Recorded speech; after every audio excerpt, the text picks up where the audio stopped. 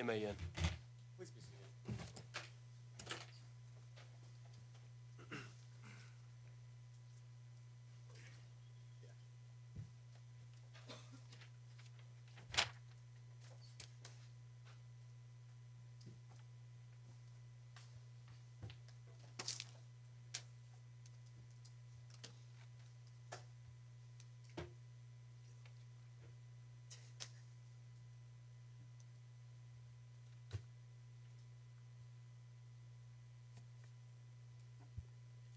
This hearing will come to order. Before the Commission today is docket number 25063R, which is styled in the matter of promulgation of rules concerning wind energy development pursuant to Act 945 of 2025. This hearing was scheduled by order number 1 in this docket on October 8, 2025. Please silence all cell phones and other electronic devices, including your computers. For those in the hearing room, if you must make or receive a telephone call during the hearing, we ask that you please step into the hallway to do so. Also, for those in the hearing room, you may access the Commission's public Wi-Fi system by logging into the Wi-Fi.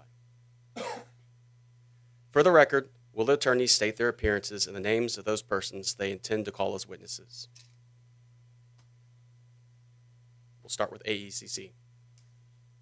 Morning, Your Honor. Michael Sabington on behalf of AECC, and we will not be calling any witness today. Thank you. And I'm sure you're all aware from recent hearings that it's probably best that you come up to the lectern right there and really speak into the microphone. I believe our chairman likes to say, eat the microphone. So, Mr. Sabington, if you would do that again just for the purposes of the record. First time was practice. I'm Michael Sabington on behalf of Arkansas Electric Cooperative Corporation, and having taken no position, we will not be calling any witness today. Thank you, Mr. Sabington.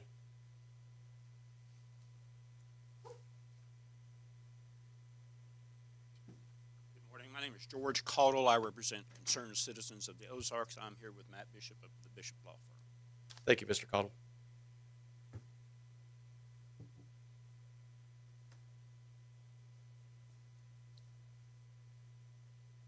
Morning, Judge Craig. My name is Eli Bauer. I'm with Wright, Lindsay & Jennings. I'm here today on behalf of Cordelio Services, LLC. We will not be calling any witnesses today. Thank you, Mr. Bauer. Sorry, Your Honor, I forgot to announce. Thank you, Mr. Caudle.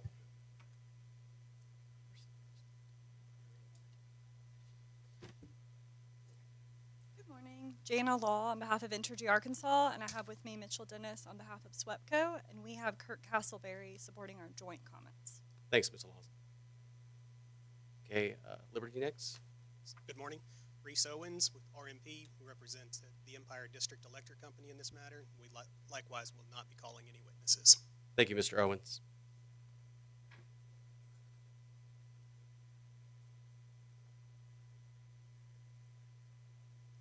Good morning. I'm Larry Chisenhall for OG&E. We have no comments today and will not be calling a witness, but I will say that's the best seat I've ever gotten to say nothing.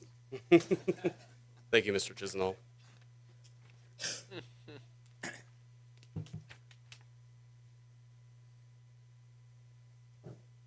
morning, Your Honor. Adam Fogelman, Pulaski County Attorney on behalf of Pulaski County, Arkansas.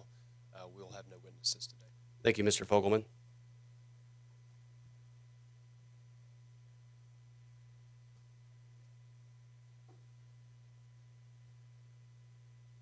Good morning, Your Honor. Judge Craig. Whit Cox on behalf of the Southern Renewable Energy Association as well as Triple Oak Power, and we will be calling 3 witnesses, Phoebe Bloom with Triple Oak Power, and then Simon Mahan with Southern Renewable Energy Association, and then our third witness, Ralph Wynn Wilson, will be available to answer legal questions. Thank you, Mr. Cox.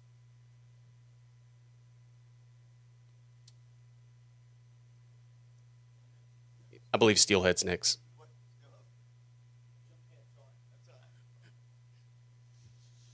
Good morning, Judge Craig. Randall Bynum on behalf of Steelhead Americas LLC, and we will be calling Rorik Peterson as our witness today.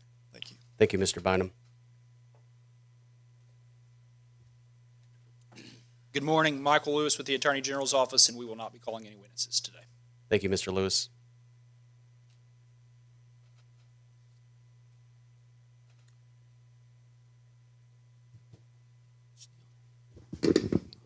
Good morning, Your Honor. Wesley Manis with General Staff, and I have with me David Scott and Clay Layson, and we'll be calling Michael Marchand and Jeff Roberts. Thank you, Mr. Manis. Will all witnesses please stand and raise your right hand to be sworn? Do you swear or affirm to tell the truth, the whole truth, and nothing but the truth? Thank you. You may be seated. Moving on to procedural matters, the parties' pre-filed comments have been admitted into the record. They will not be duplicated in the transcript of today's live hearing.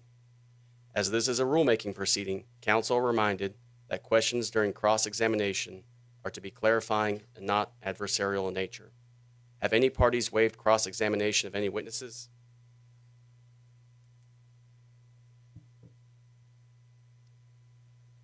Hearing none, we will proceed. Also, please note that the Commission's long-standing hearing rule will be in effect during the hearing, meaning that once the witness has been tendered for questioning by the Commission, further redirect of the witness by counsel will not be permitted. Judge Craig, Entergy Arkansas would lodge its standard objection to the rule. Noted and overruled. Finally, opening statements shall be limited to a maximum of 10 minutes for each party. Have any parties waived opening statements?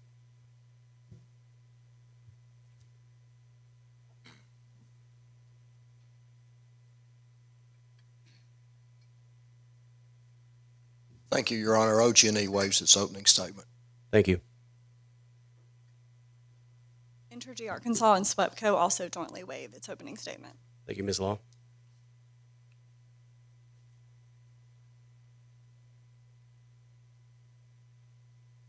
The Attorney General's office waives its opening statement. Thank you, Mr. Lewis. General Staff waives their opening statement. Thank you, Mr. Manis. The Empire District Electric Company waives its opening statement. Thank you.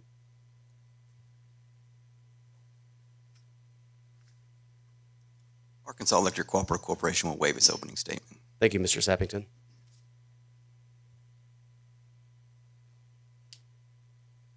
Before we move to opening statements, are there any motions or other procedural matters that need to be addressed at this time?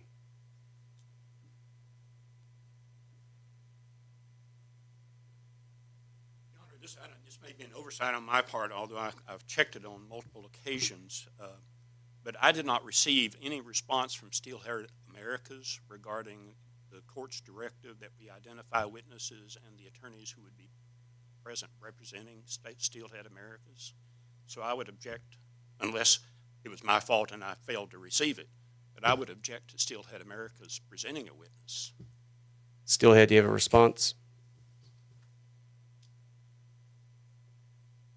Yes, I'll be glad to find the email, but I did respond to that and send it to replied all to the email that was out and listed our who's going to be representing, who the attorney was, and everything.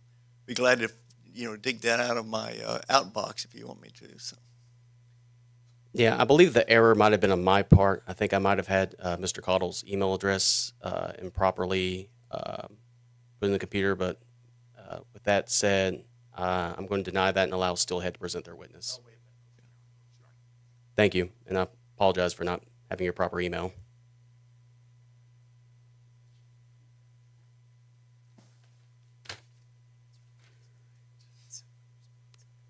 Okay, Mr. Caudle, you're up for opening statements for concerned citizens. Did you want to move to strike the limited statement? Do you want to do that? I can do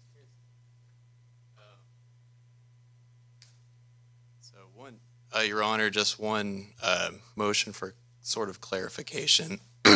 We know your order had struck the limited appearance statement for Bradley Kerr, but there was some, when we had checked the record, it appeared to still be there. So we just wanted clarification on if that was just like a technical IT issue, if the statement was officially struck, and is there any? It was officially struck. I believe our protocol or procedures, the filings are still publicly available, but for all intents and purposes, it's been stricken from the record. Okay, thank you. You're welcome. Mr. Cottle?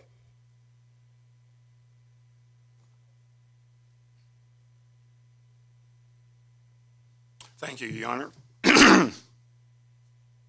And thank you for allowing concerned citizens of the Ozarks to present its position here at this hearing and regarding the proposed rules and regulations implementing the Arkansas Wind Energy Development Act. Concerned Citizens of the Ozarks was formed in response to the construction of the Nimbus Wind Farm in Carroll County and the fact that Arkansas did not have any rules and regulations regarding the construction of wind energy facilities. CCO is a nonprofit. It's a citizen-based organization. All work is volunteer. It's not subsidized by any industry. I want to make it clear that we're not subsidized by the oil and gas industry. And we're focused on preserving the beauty of the Ozarks and to make sure that what the industrialization takes place in the Ozarks is done in a responsible manner. In 2025, the General Assembly passed 2 laws relating electrical generation facilities that I think are important to us today. Act 940 set the energy policy of the state. It emphasized the importance of reliable, dispatchable electric energy facilities. And it specifically said by definition that wind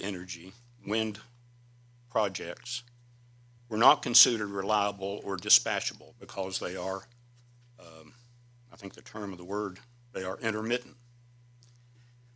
The second act that the General Assembly passed was Act 945, the act we're talking about today. Act 945 is a reasonable set of rules and regulations governing the construction, the operation, and the decommissioning of wind energy facilities in the state. It is not a ban. The wind industry opposed the passage of Act 945, saying that it would deter the development of wind energy in the state. But it has not done that. Since the passage of the act, wind industry developers have continued to get executed lease agreements from landowners.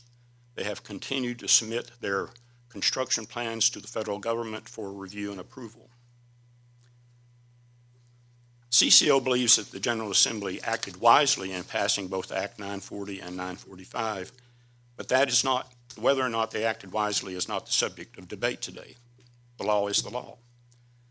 The wind companies want the Public Service Commission to implement Act 945 in a loosely in order to allow them to continue the construction of their wind energy facilities.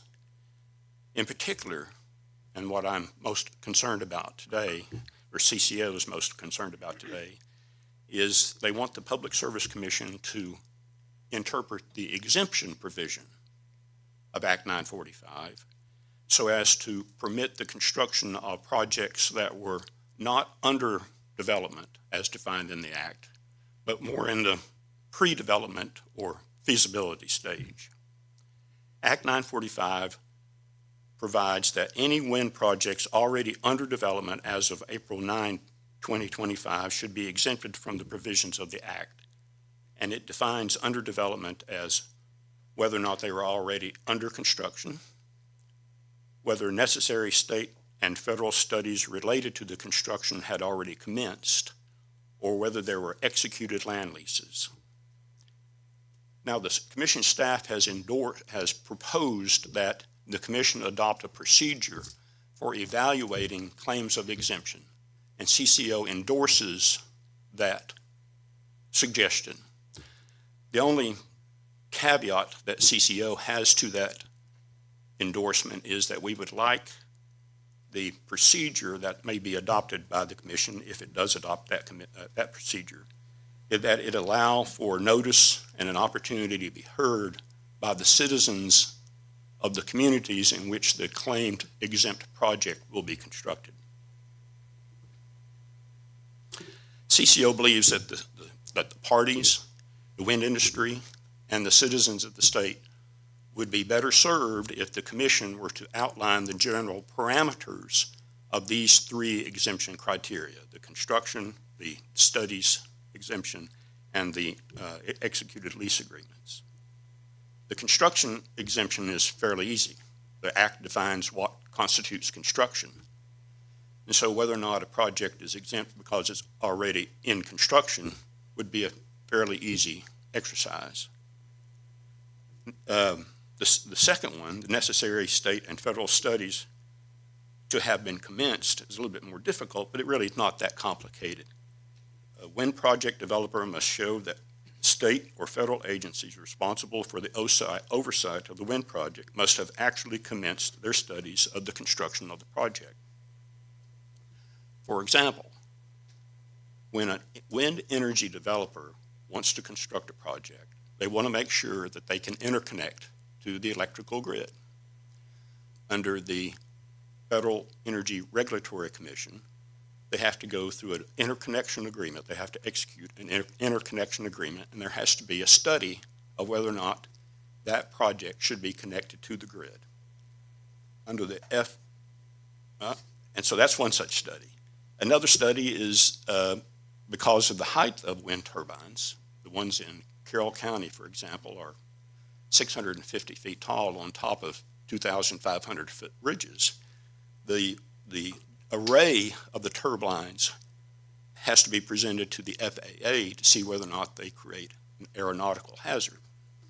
That is another type of study that must be undertaken by a federal or state agency.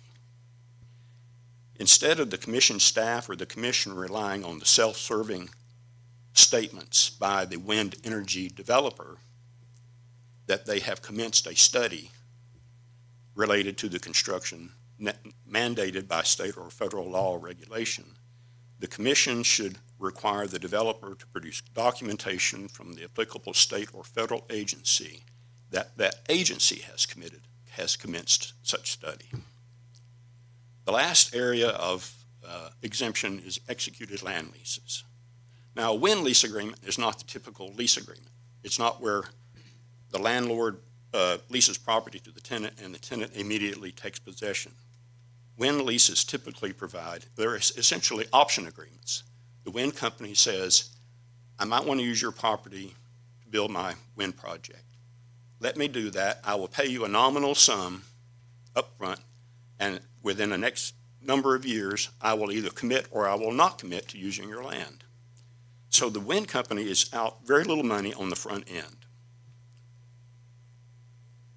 Under this criteria, the executed land leases, CCO believes that the developer must demonstrate to the commission that it has obtained all or substantially all of the land necessary for its planned project, not just one or two leases covering 10 or 15 acres. These projects, for instance, the project in Carroll County is almost 10,000 acres. It started out being approximately 15,000 acres, and eventually it was only 9,500 acres. So there's a lot of land involved, and the developer should be able to demonstrate to the commission that it has acquired leases or some other written agreement under which they can use the land necessary for the construction of the entire project. I was mentioning the interconnection study required by FERC, FERC. Before you can commence an interconnection study to see whether or not your project can be tied to the grid, the federal government requires that the developer demonstrate what's called site control. The developer must certify that they have a right to use 90% of the land, at least 90% of the land that they plan to use for their project. Before a wind developer can get a stormwater permit in the state of Arkansas, they must be able to demonstrate what land is going to be subject to the stormwater runoff problems. Before they can initiate a study before the U.S. Fish and Wildlife, they must be able to identify the land that's going to be the subject of their project. So we believe that the executed land lease section exemption the developer should be required to demonstrate to the commission that they own or control substantially all the land necessary for their project. The final issue that's been raised in the parties' position statements is the constitutionality of Act 945, the April 9, 2025 cutoff date for the exemption. Last week, the Attorney General issued his opinion 2025-054. It addresses, I believe conclusively, any issues regarding the constitutionality of Act 945 and the April 9 date. I have a copy of that for Your Honor if you want to see it. But I believe, and for the parties, but I believe that there is no aspect of Act 945 that is unconstitutional. Thank you. Thank you, Mr. Cottle. Mr. Bauer?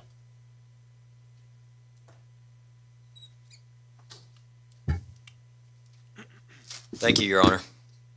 From the outset, Cordelio sincerely appreciates your time and your effort in preparing for today's hearing, as well as for your time this morning to give both the industry and interested stakeholders an opportunity to participate in the final version of these rules. So thank you for your time.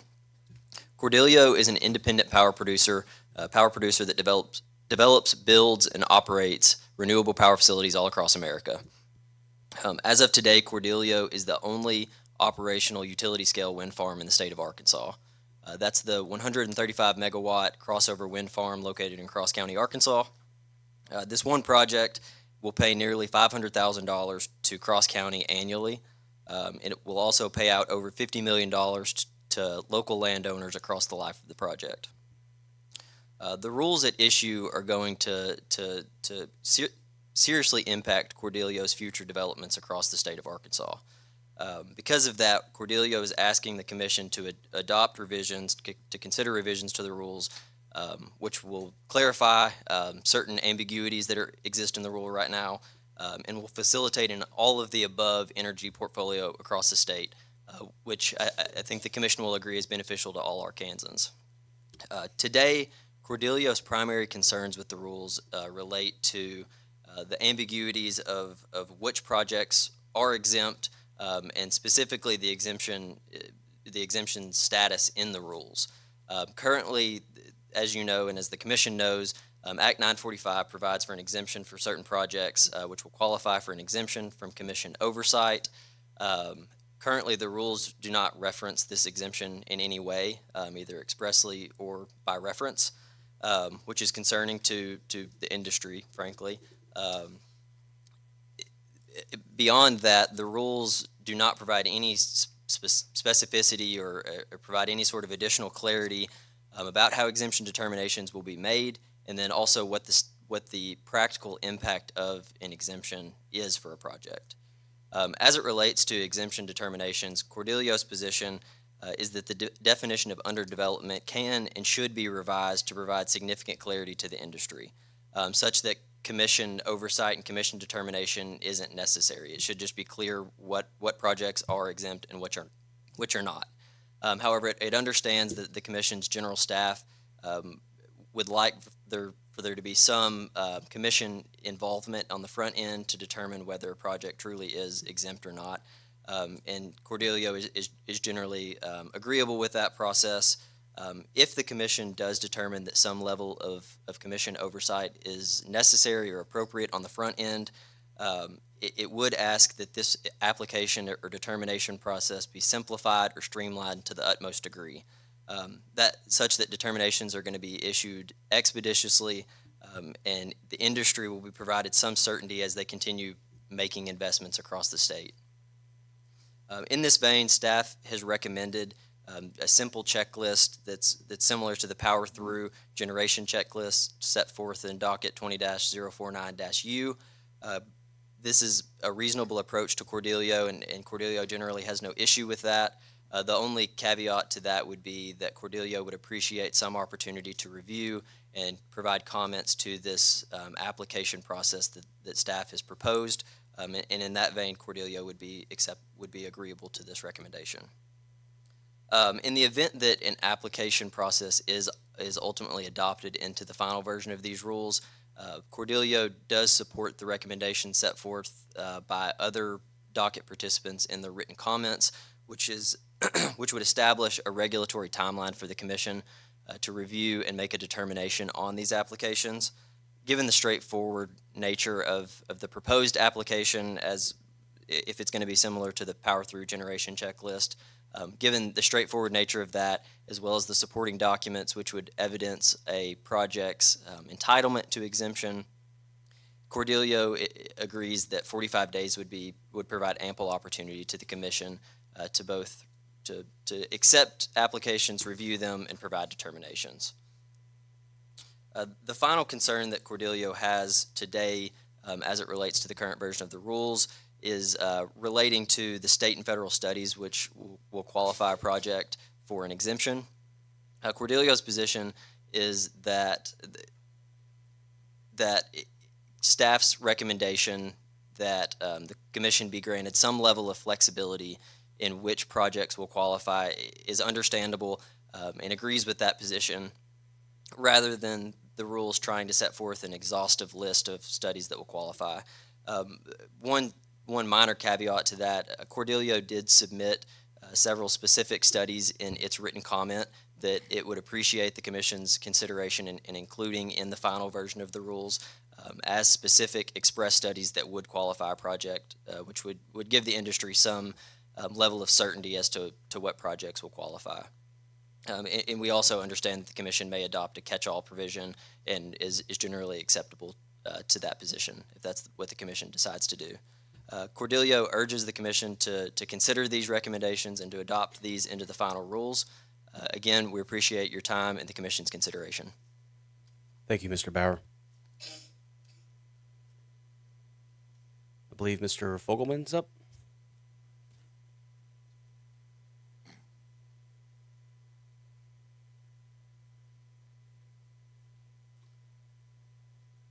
Good morning again.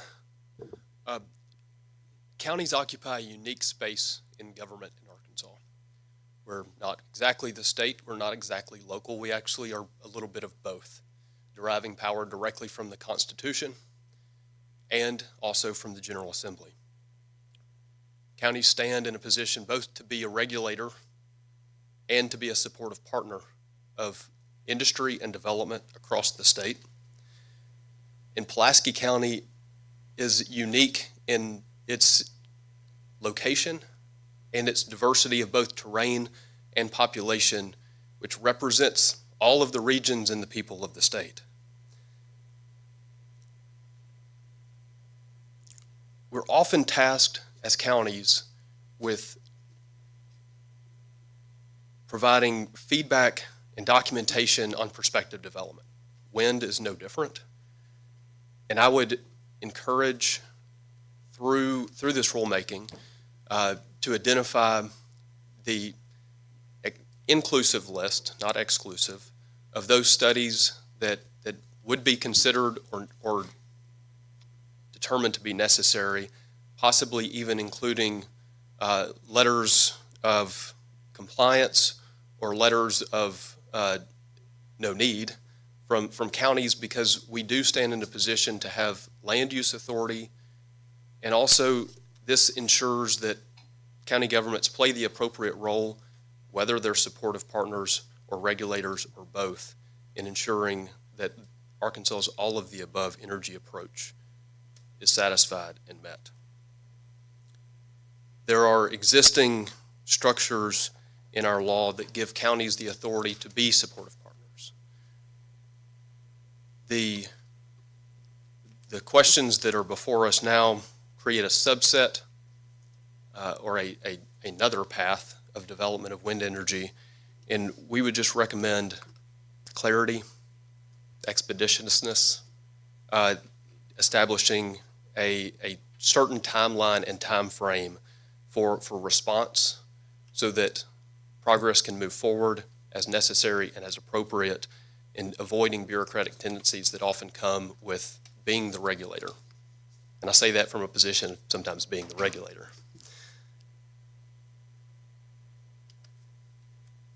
Don't have any specific feedback or comments on the rules at this time, not in addition to those that have already been made, but we do hope to see certainty, clarity, and recognition of the appropriateness and the role of counties in this process as regulators and as partners.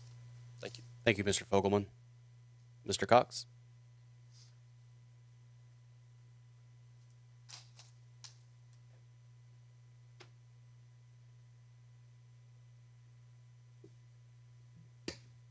Good morning again, Your Honor. Whit Cox on behalf of the Southern Renewable Energy Association and Triple Oak Power. We appreciate the opportunity to provide comments and recommendations regarding the Commission's wind energy development rules.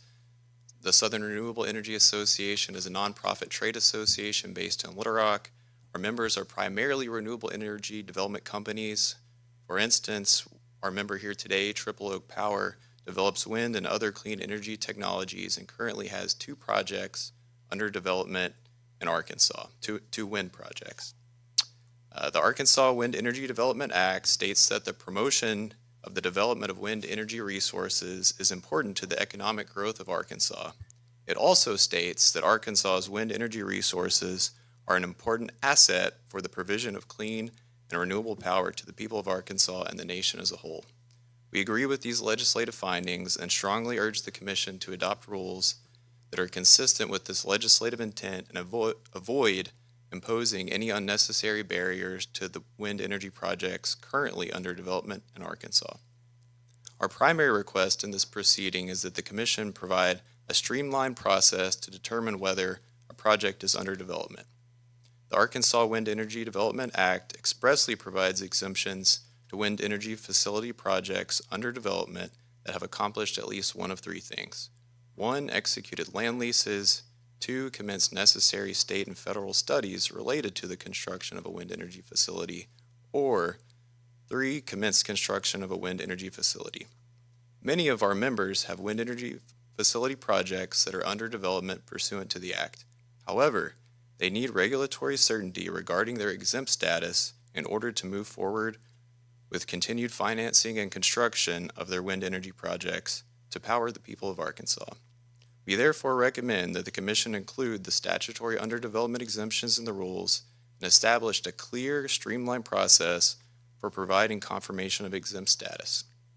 Our filed comments have provided some specific recommendations regarding what the streamlined application process for exempt status should look like. At a high level, we believe we are essentially in agreement with the Commission staff on this issue, subject to some clarification, just as our member Cordelio has also requested. In terms of where we agree with staff, we support staff's recommendation for a streamlined process where applicants may submit information from a checklist, such as project location and generating capacity, as well as evidence regarding one of the 3 alternative criteria that qualifies projects for the underdevelopment exemption. We also agree with staff that the established response timeline for a Commission decision should be included in the rules and should be no more than 45 days. And I believe the process they recommended would provide staff 10 days to file testimony as well. The important thing is to have a clear timeline and process that our members' companies can plan for and rely on. However, we want to clarify and emphasize that we recommend the Commission adopt the specific exemption verification process set forth in our reply comments, Exhibit 1, rather than a process that was developed for Entergy's CCN application in docket number 20049U. And so we would like some clarification on any differences there. As recognized in the uncontested rule amendments that were filed by staff yesterday, the statutory requirements for CCNs and CECPNs are separate and distinct from the requirements of Act 945 and the proposed wind rules. There are key factual differences between this rulemaking and that proceeding, where Entergy requested to install 75 megawatts of natural gas generation across its distribution system, and these factual differences justify having different processes. In that proceeding, Entergy was seeking to recover costs from their overall customer base, including the capital costs of gas-fired generation. In other words, they were seeking to rate base these projects and charge Arkansas customers for the costs. By contrast, here our members are independent power producers. They are not public utilities entitled to charge Arkansas customers for the facilities they develop, and so we believe the process should be different in that regard. Another important distinction is that 20049U is not a rulemaking docket. Interveners in that docket were required to file petitions to intervene pursuant to the PSC's rules of practice and procedure and demonstrate a direct interest in Entergy's CCN application. As such, it was reasonable in that proceeding for the PSC to allow these interveners to file testimony in the same docket for future gas generator locations without reestablishing standing. However, since this docket is a rulemaking docket where parties have not been required to file petitions to intervene or otherwise establish standing, party status in this docket should not be used to circumvent intervention requirements for future applications that may not directly affect the interests of all parties in this proceeding. The rules of practice and procedure may only be waived for good cause shown and when it is in the public interest, and these criteria have not been met to waive the PSC's intervention rules for each future application for exemption status confirmation. And for comparison, docket number 16027R is an example of a rulemaking proceeding where the PSC adopted rules that included a new process for future applications, and those applications were filed in separate new dockets, and to the extent that intervention was allowed, interveners had to file petitions to intervene and demonstrate a direct interest in the applications in order to be granted intervener status and standing to file testimony. So while we support a streamlined application process with deadlines similar to those set forth in order number 11 of docket 20049U, including a timeline of 10 days for staff to review and file any testimony, we object to any waiver of the PSC's intervention rules in the event that intervention of other parties is allowed in this process. And so moving on to the next issue, we mostly agree with staff's recommendation on the issue of which state and federal studies related to the construction of a wind energy facility may qualify a project for exempt status. Staff has submitted that studies should be considered on their merits of their contents, and to the extent that any list is provided, it should be clearly articulated as an inexhaustive list that does not include all possible options. And to clarify, our recommendations were the list we provided was intended to be a list of examples that does not include all possible options. The intent was to provide wind energy developers with some regulatory clarity and guidance without limiting the possibility of studies that the Commission may consider for individual applications.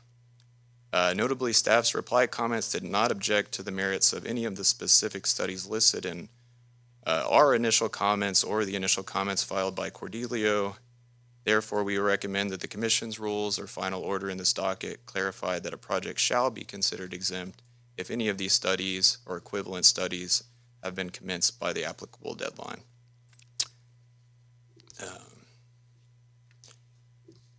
And let's skip ahead here. So in closing, we urge the Commission to adopt our recommendations and avoid imposing any additional unnecessary barriers to the development of wind energy facilities in Arkansas. Thank you for your consideration of our comments and recommendations. Thank you, Mr. Cox. Mr. Bynum?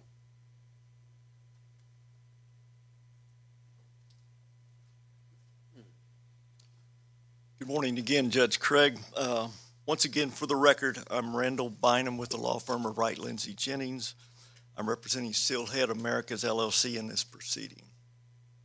Briefly, Steelhead is the North American development arm of Vestas, the world's largest wind turbine manufacturer and leading service provider. Steelhead develops wind and energy projects across the United States, working closely with communities and local leaders to advance domestic energy production. Steelhead filed initial comments on November 6th. Steelhead also joined the comments filed by the Southern Renewable Energy Association on November 6th and 20th. Steelhead generally agrees with the comments filed by SREA, but it wanted to file its own comments on two specific issues. First is a verification process for the underdevelopment exception. Act 945 includes an exemption provision which states that a wind energy facility project is exempt from this subchapter if the wind energy facility project is under development as of April 9th, 2025. Although Act 945 sets forth three scenarios for what is considered under development, Steelhead recommends that the Commission create a process for wind energy facility owners to confirm that their projects qualify as under development. By doing this, the Commission will provide developers and landowners with regulatory certainty enabling continued investment in Arkansas's rural communities.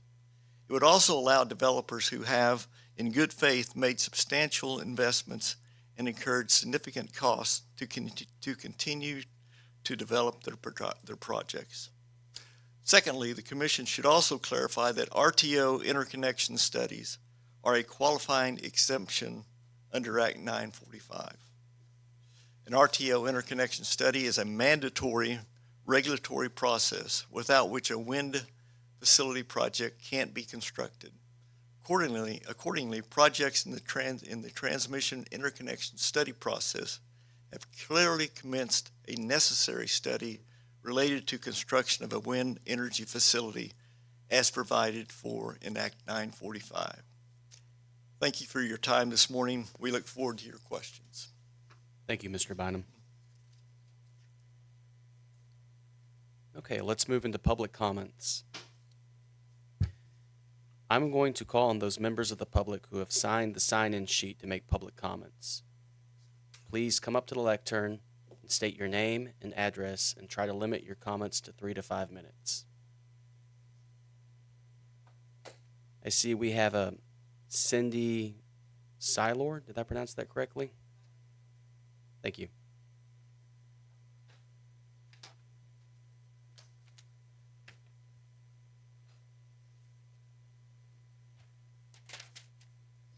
Thank you, Your Honor, for allowing us to be before you today. I am from Searcy County. My name is Cindy Seiler. I live at 1040 Campbell Road, Leslie, Arkansas, which is located in Searcy County. We have had RWE and another company by the name of Enel, which goes by the Razorback Wind Farm project, but I believe RWE has now taken that over. We've had them in our county since March of this year. We've got probably 18 leases signed, not enough property to technically start development. But we have had chaos since the introduction of the company into our county in March. And between putting property owners against property owners, neighbors against neighbors, agriculture, generational farms are all under just nightmares. What used to come to the table and we could have a dinner, people are against each other because one wants a farm, one does not. Promises of big money. There is no big money. Current records show that several different projects in other states are still waiting for funding or has not been reimbursed for funding. We in Searcy County are proud people. We are agricultural farmers, generational farmers, and this has just been an absolute train wreck in our county. We are a poor county. The promise of big money, people come out of the woodwork. They want to save their farm. They want to save their family. There's no money yet. So 10 years down the road, 20 years down the road, by then the farms are gone. But they still have leases to that land. That's not right. We need true protection, and Act 945 provides that. And by allowing the number of exemptions and just not getting stuff done correctly, that's where you come in. The Public Service Commission protects people like Searcy County, the people of Searcy County, the people of Arkansas. We are a natural state. We are located along the Buffalo River. We are a national park area. We have had a lot of fight, and we have a lot of people that will fight for their property and their rights. And this is not one way to do it. The wind farms for us is a no-go. There are people that want them, yes, we respect that. But at the end of the day, at what point is the destruction of the natural state of Arkansas, our beautiful ridges, our lands, our rivers, our lakes, when is that going to be enough? And with that, I yield, and I appreciate your time. Thank you, Ms. Seiler. Thank you. Next, we have Ms. Caroline Rogers.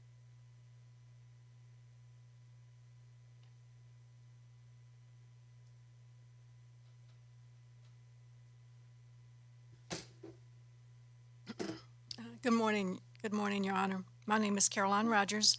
I live at 4728 County Road 905, and that's in Carroll County, northwest Arkansas. I live in the middle of the Nimbus Wind Farm project. I'm also Justice of the Peace for that particular district. The Nimbus Wind Farm project arrived in 2016 and was secretive until February of 2023 when a neighbor found out and notified the newspapers. Had Act 945 been in place at that time, we would have been notified rather than surprised to find out the deal was nearly complete. I have been researching the lessons learned from turbine risks from other states, such as setbacks, fire prevention methods, and concerns with wells and springs. I've watched hundreds of videos of shadow flicker inside of people's homes and on the roads and on the farms. I've seen videos of turbines on fire while firefighters wait for the parts to fall 400 feet from the air to the ground until they can extinguish them. I've seen videos of farms in complete financial ruin when turbines have collapsed and ruined their fields.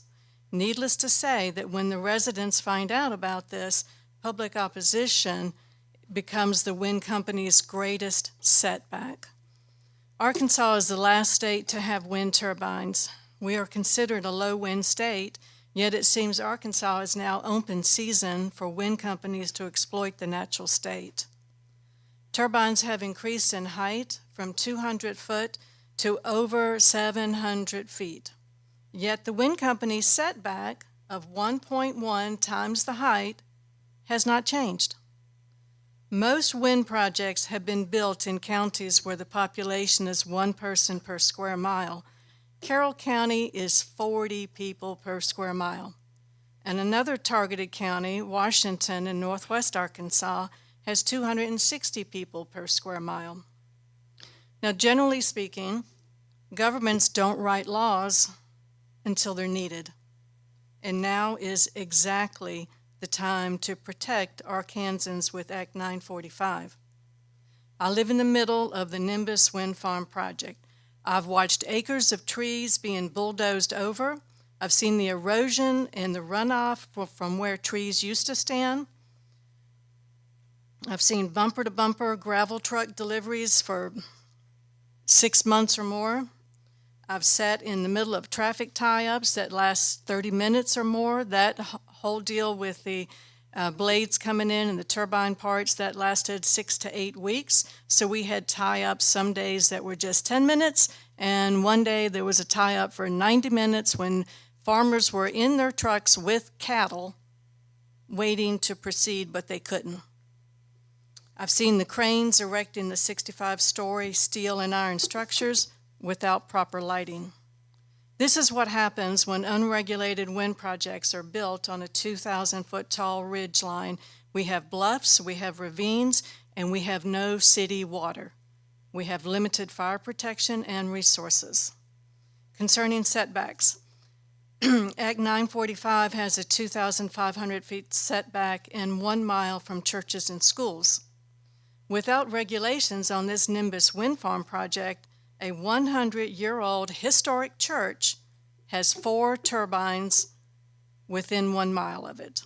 Another example is a turbine built 288 feet from the county road, the road that we drive on every day. If the wind company had followed their own setback of 1.1 times the height, this would have been built 710 feet from the road instead of 288 feet. Obviously, if it collapses, it's going to cover the county road. Residents have asked the wind company for their safety manuals and their emergency response information, and we've yet to receive it. As a JP, I asked the project manager to speak at Quorum Court about safety. He declined. And currently, the Nimbus project, they have never, the U.S. Fish and Wildlife is supposed to have a public comment period. We were granted a 60-day comment period. We've not had it yet, and the project is nearly built. An example of firefighting in Green Forest, which is the nearby city, when their 3-story apartment building was built, the fire department had to undergo more training and get more equipment, but yet, as far as I know, there's no further training for the fire departments in case there's a collapse or fire from a turbine. Turbines have a nickname. It's called an oil can sitting on a lightning rod, because northwest Arkansas has the highest strikes of lightning in Arkansas. Concerning views, every real estate agent will say there is value in a view. ads will read, breathtaking views of the Ozarks, expansive sunrise views. If a real estate agent were to write an ad for my place, it would read, mountain views with 645-foot tall fans obscuring sunrises and sunsets. So wind companies are here and they're asking for a release of regulations or to make regulations less strong. I'm here to tell you that people like myself are living the consequence of laxed regulations. They seem to forget that they don't own the roads, that we pay the taxes on the roads, and everything that they do interferes with our current lives and our future generations. Thank you very much for your time. Thank you, Ms. Rogers. Next, we have Ms. Nikki Lockett.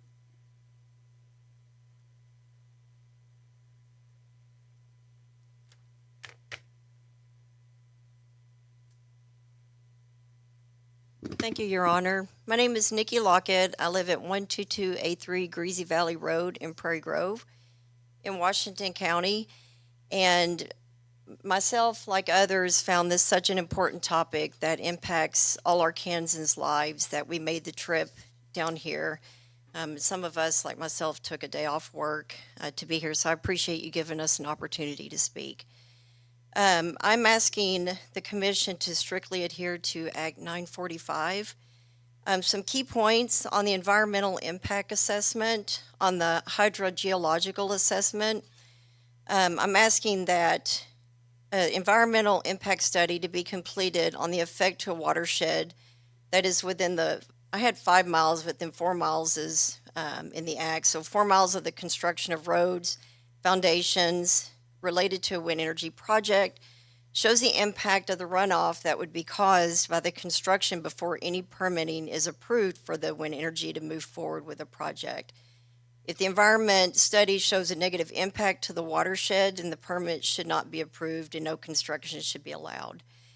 Regarding the wildlife impact assessment noted in the Act, I'm asking that no wind energy projects or substations allowed within 2 miles of known eagle habitats or 1 mile of known bat habitats, and also use the American Bird Conservancy wind risk assessment map, and do not allow wind turbines or substation within 3 miles of key habitat areas or key migration corridors that fall, and there's a different color coding on that map within the orange or red areas. A gentleman earlier from the Southern Renewable Energy Association mentioned to power the people of Arkansas. And I'm also asking that the commission require that the wind energy companies, to hit on that, to provide the potential property lessors, the local government, like the county quorum court, and the commission, who or what entities will be provided the energy generated from the wind energy project before any permits are approved. And if the energy is not going to residences in Arkansas or businesses located in Arkansas, then the permit should not be approved and the project should not be allowed. And I'm also, to tie into that any data centers should be required to provide their own energy, not energy that's coming from other people's properties. And then regarding, I know it seems like there's a lot of exceptions asking about the underdevelopment. And I would say that I don't consider property leases that are signed in the cloak of darkness with NDAs that are required of the property owners to be under development, because that has kept the communities in those areas completely in the dark about the wind company intentions are for that area until Act 945 came about. This has prevented the people in those communities, like Carroll County, from talking with others in the communities and their elected officials to determine a plan of action that is best for those communities. And I would question, why are the energy companies so concerned about being exempt from the Act? That should be concerning to all of us. The Arkansas legislators felt that Act 945 was needed for Arkansans, and I don't think we should allow out-of-state companies to overrule what our Arkansas legislators think are best for Arkansans. Thank you very much. Thank you, Ms. Lockett. Next, we have Ms. Diana Baird.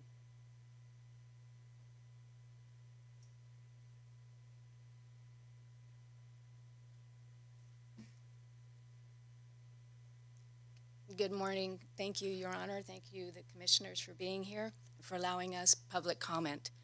My name is Diana Baird, and I'm a resident of Carroll County, District 2. My address is 30 Holland Point, Eureka Springs. I moved here specifically to enjoy the natural beauty, the unique landscapes, and quality of life that the Ozarks provide. It is these very features that include our forests, our hills, and our waterways and quiet communities that makes this area special. And that is now at risk from the unchecked wind development projects.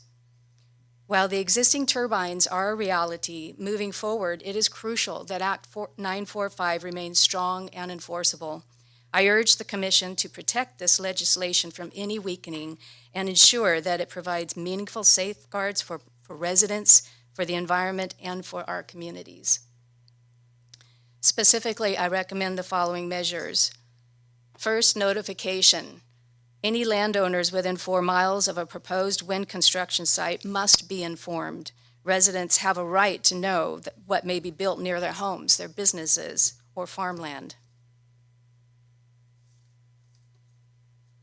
Next, every project must include a thorough environmental impact assessment, evaluating potential effects on residents, tourism, agriculture, and property values.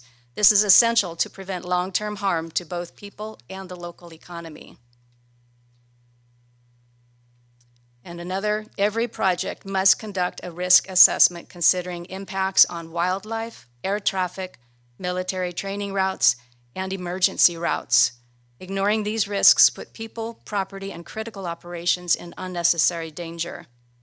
I have driven along Highway 905 and 103, and it is disheartening to see how wind development has already affected the natural scenery. The rolling hills, forests, and valleys that drew me here are being altered in ways that cannot be easily undone. The Ozarks are a unique treasure, and the residents here deserve to have a voice heard and their environment protected. Act 945 is a solid foundation that balances energy development with public safety, environmental preservation, and respect for private property that needs active enforcement.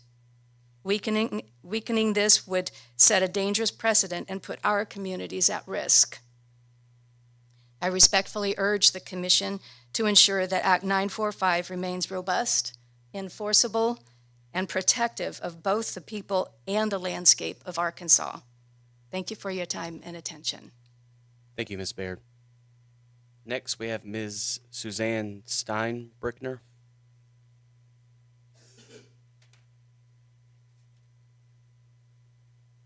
Good morning. Thank you for this opportunity. My name is Ruby Suzanne Steinbrickner. I live at 6785 County Road 905, Alpena. I live on the ridge. I have 4 turbines surrounding my home. Let me get started.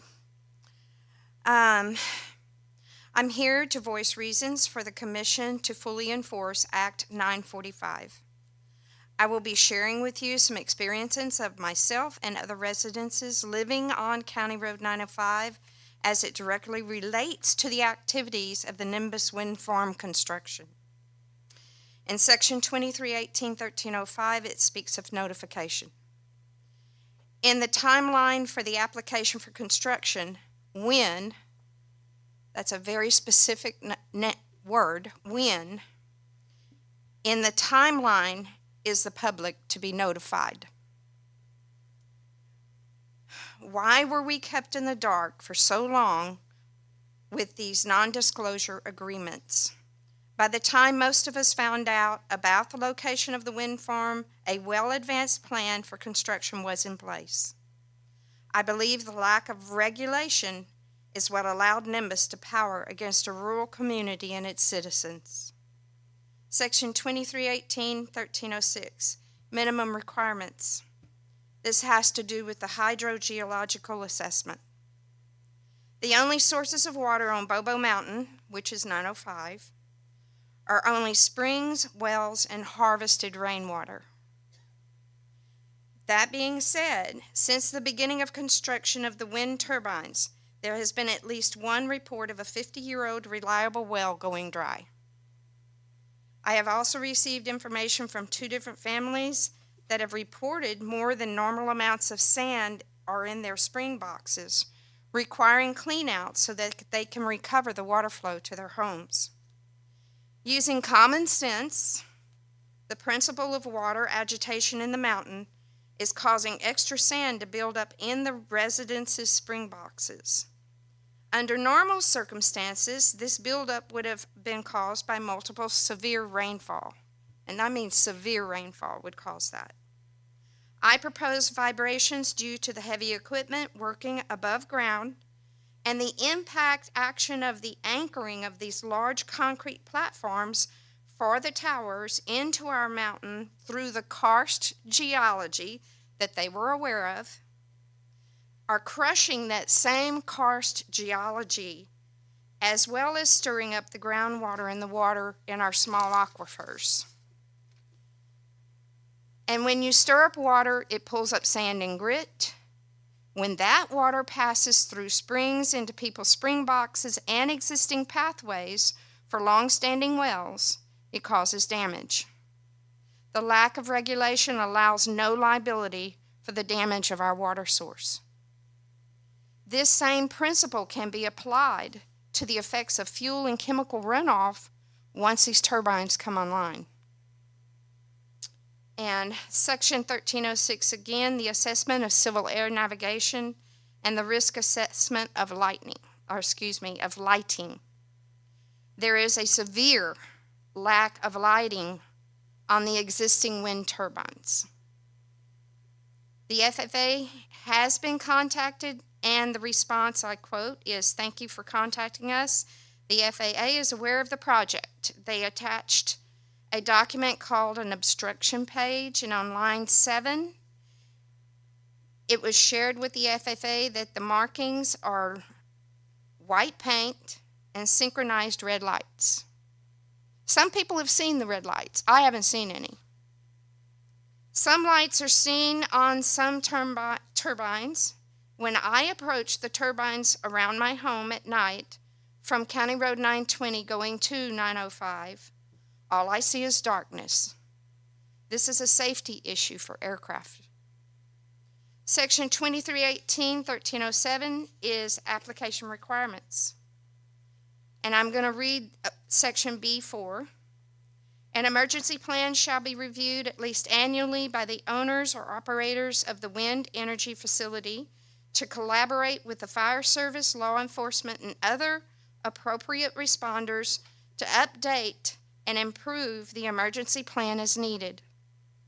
In March of 2023, there was a grass fire in which 6 different emergency fire groups responded. It took 6 hours to deal with a 40-acre grass fire.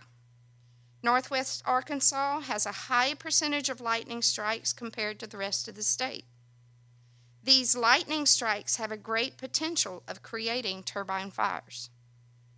If it takes 6 hours with 6 first responder groups to put out a 40-acre fire, what plan is in place to take care of 1 or 2 fueled turbines that are on fire?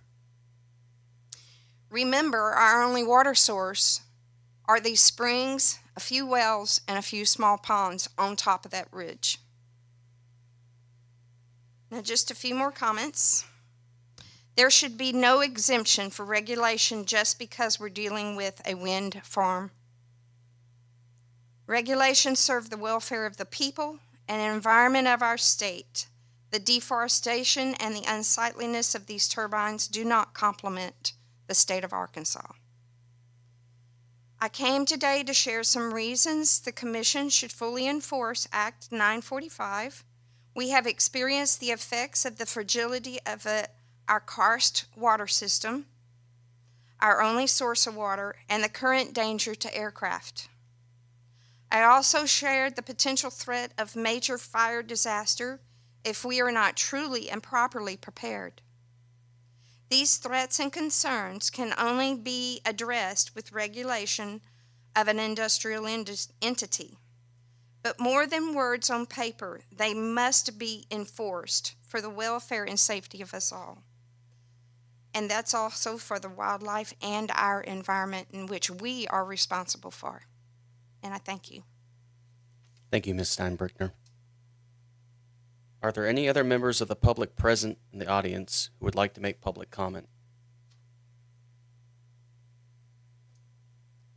Hearing none, we shall move into the presentation of testimony. Start with AECC. Mr. Sappington, you have no witnesses, correct? That's correct, Your Honor. I would still like to ask you a few questions since you've Sure. showed up here and you're kind enough to go up to the lectern. Does AECC support the proposed rules as attached to Order Number 1? Generally speaking, we don't find anything contestable from our perspective, and it comports with Act 945, and it is narrowly tailored to the language of 945, so we've taken no position contrary to it. So in regards to the extent it's supported under the law, I would say yes. Thank you. And kind of on the same subject, do you support any of the parties' proposed amendments or recommendations? I mean, we definitely do not contest the rules as they've been filed. I would make one notation today. I have been provided with an exhibit or a demonstrative from staff this morning, which is not part of the rules. I'm not sure when that will come in or today, but we may want to have an opportunity to review that in relation to the set of rules that were filed on December 10th. If in any way that would amend that, I'd like potentially, if we could, before admitting that today, have an opportunity for the parties to kind of come together and review that. I just have not had adequate time to discuss that. It was presented early, so if we could just have the one motion I would make is if we could have a brief recess for the parties to look at that and make sure we're all still maintaining the respective positions that were taken in regards to those December 10th rules with this, if this demonstrative would somehow impact that. You want to address that now, or are you proposing I this will let motion? staff kind of weigh in on that, but that just, as I've been thinking about this, I have not had an opportunity to really analyze that with the other parties at this time. Why don't we hold off on that towards the end of the proceeding? We'll handle some housekeeping matters. That would be great. I just want to have an opportunity before it is admitted to discuss that. Thank you. Understood. Just a couple more questions. Sure. Do you agree with Southern Renewables' argument that the April 9th, 2025 exemption date in Act 945 violates the Arkansas Constitution? Your Honor, I'm going to say I'm not going to take a position on that. It's respectfully. Understood. Related to that, is the commission the proper forum for challenging the constitutionality of a statutory provision? I'll kind of speak just generally as an attorney at this point. I do not believe so. I believe that the legislature passes statutes such as these with mandates to compile rules, narrowly tailored rules that follow the statute. That's in pursuant to Section 220 of the Administrative Procedures Act. And so I think that the proper remedy for that would not be here. It would be going to the legislature and changing that law. But I think the commission should not be addressing the constitutionality issues of that. Thank you, Mr. Sappington. That's all I have for you. Mr. Cottle?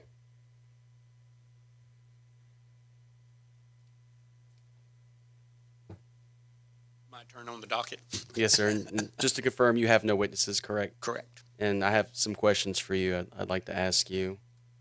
So let's take a look at the proposed exemption verification process that Southern Renewable proposed. They called it Subpart 7. Are you familiar with, have you reviewed that? Should I pull out their comments and pull that so that I can? Right. It was in the, I'm just going to call them the joint parties. It was in the joint parties reply brief.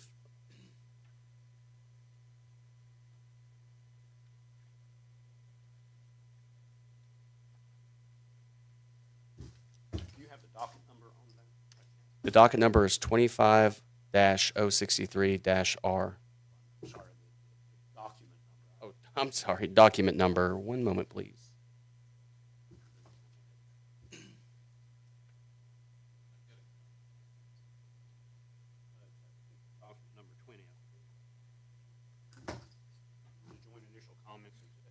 Actually, it's document number 32, the joint reply comments of Southern Renewable and member parties.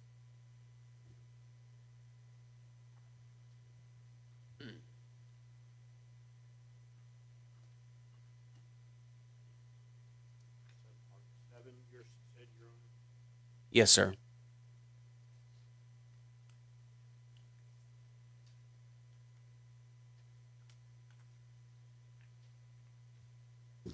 Your Honor, I would be candid. I would need to review this in more greater detail before I could answer any questions regarding it. Okay, understood. Well, as drafted, it doesn't require an applicant who believes they have an exemption. They'd be allowed to file, but they wouldn't be required. How do you feel about that?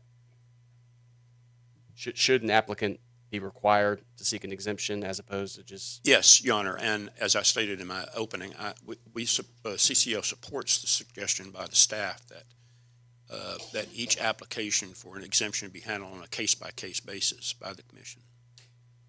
So you would propose something that maybe isn't part of these proposed rules, maybe a separate docket where the parties would file some proposed procedures or something like that? I believe that's that's contemplated by the staff, that there would be a streamlined process. They referenced a process that was being used in a separate docket, and SREA made some comment about that a few moments ago.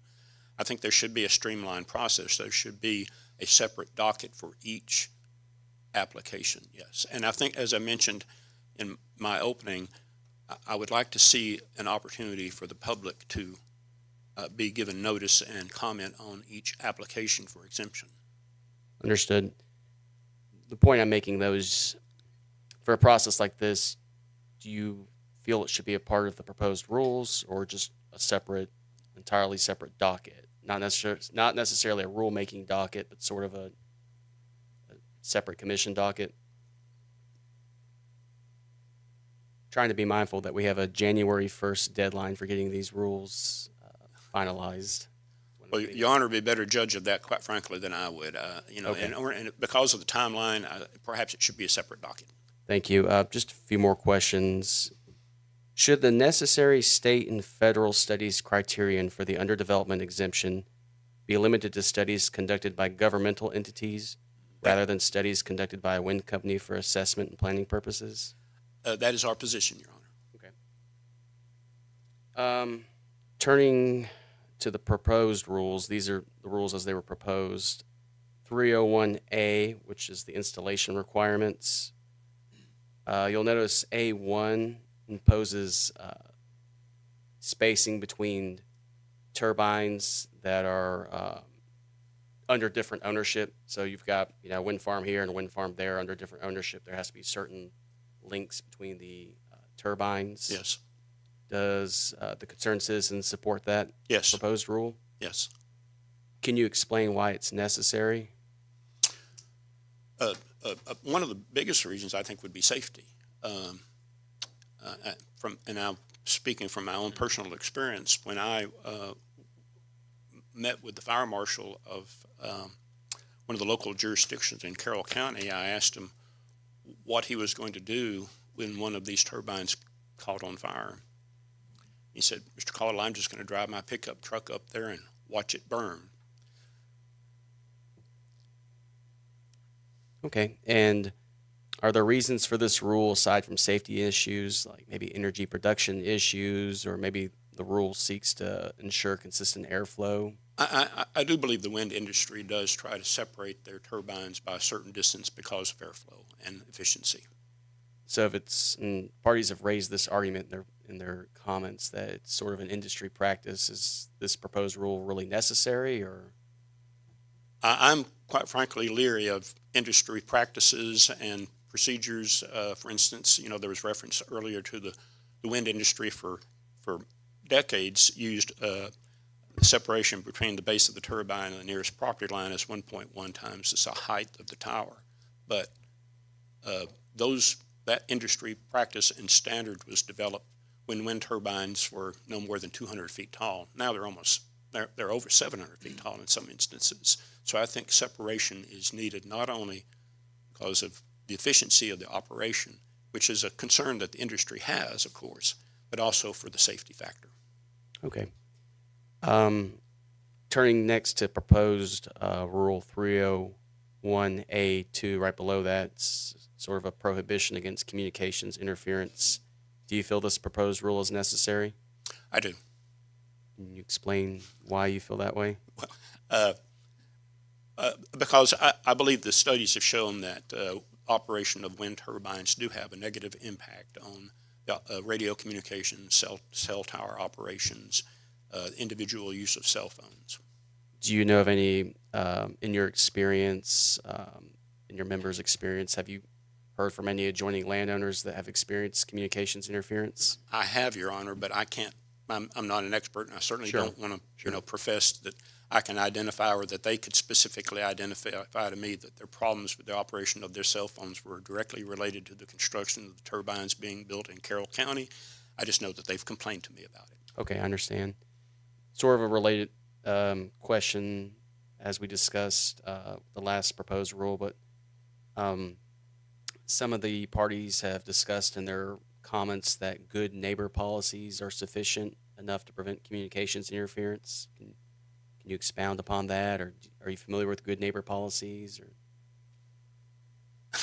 Your Honor, Carroll County has not had a very good experience with any concept of a good neighbor policy.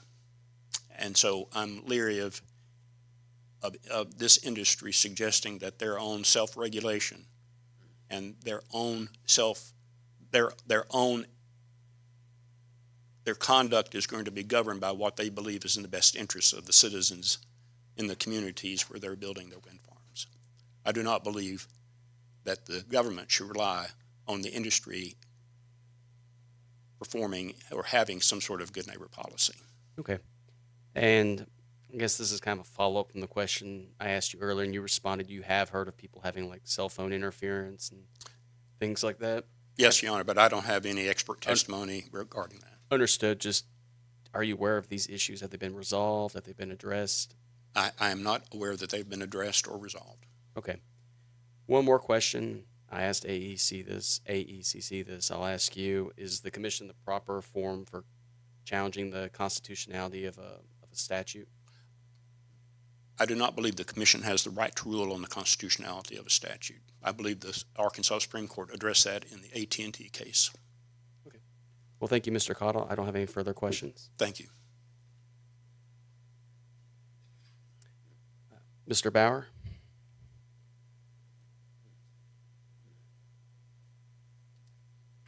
I understand you have no witnesses, but I'm going to ask you very similar questions.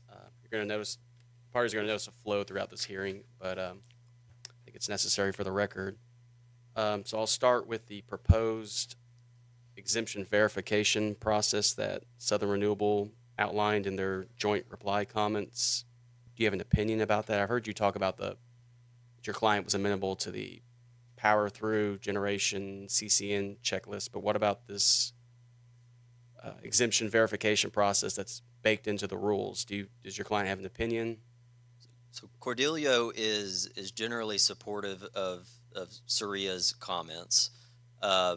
Staff's reply comments also presented a reasonable alternative that Cordelio is frankly fine with either option.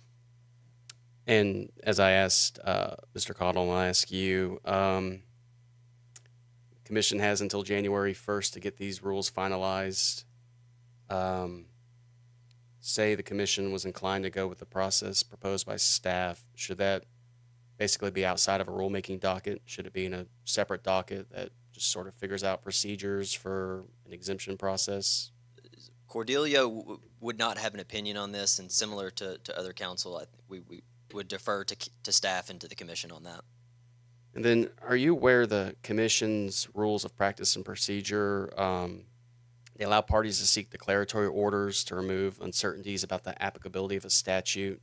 Do you have any opinions about that? Do you see that as a viable option for developers trying to figure out if their projects qualify for the underdevelopment exemption? Cordelio has considered that and generally does not have an opinion on that. Give me one moment, please. Does Cordelio have any projects that would consider under development for purposes of this exemption? And I realize under development is a term in flux at the moment, but are there projects they believe may or may not qualify for the exemption? Cordelio's position would be that all of its current projects would meet the definition of under development, but as you mentioned, that's a term that's in flux. But yes, there are other projects. Are you able to provide a number, or is that confidential? Yeah, I'm not able to provide a number today. Could you say whether it's a small amount or large amount? Frankly, I wouldn't. I'd hate to misspeak. I don't know what the answer would be.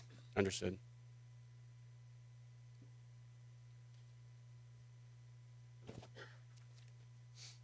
Okay, I'll ask you this question. Should the necessary state and federal studies criterion for the underdevelopment exemption be limited to studies conducted by governmental entities rather than studies conducted by a wind company for assessment and planning purposes? Again, Cordelio supports SREA's comments as it relates to the studies, and then, of course, it submitted its own comments on studies. Generally, which studies would qualify for the exemption, Cordelio doesn't have an opinion other than the select studies that it proposed in its comment, and would defer to staff and the commission on that. Okay. And then if we'll turn to proposed Rule 301A, and speaking broadly, the installation requirements, do you share Southern Renewable's blanket opposition to this proposed rule?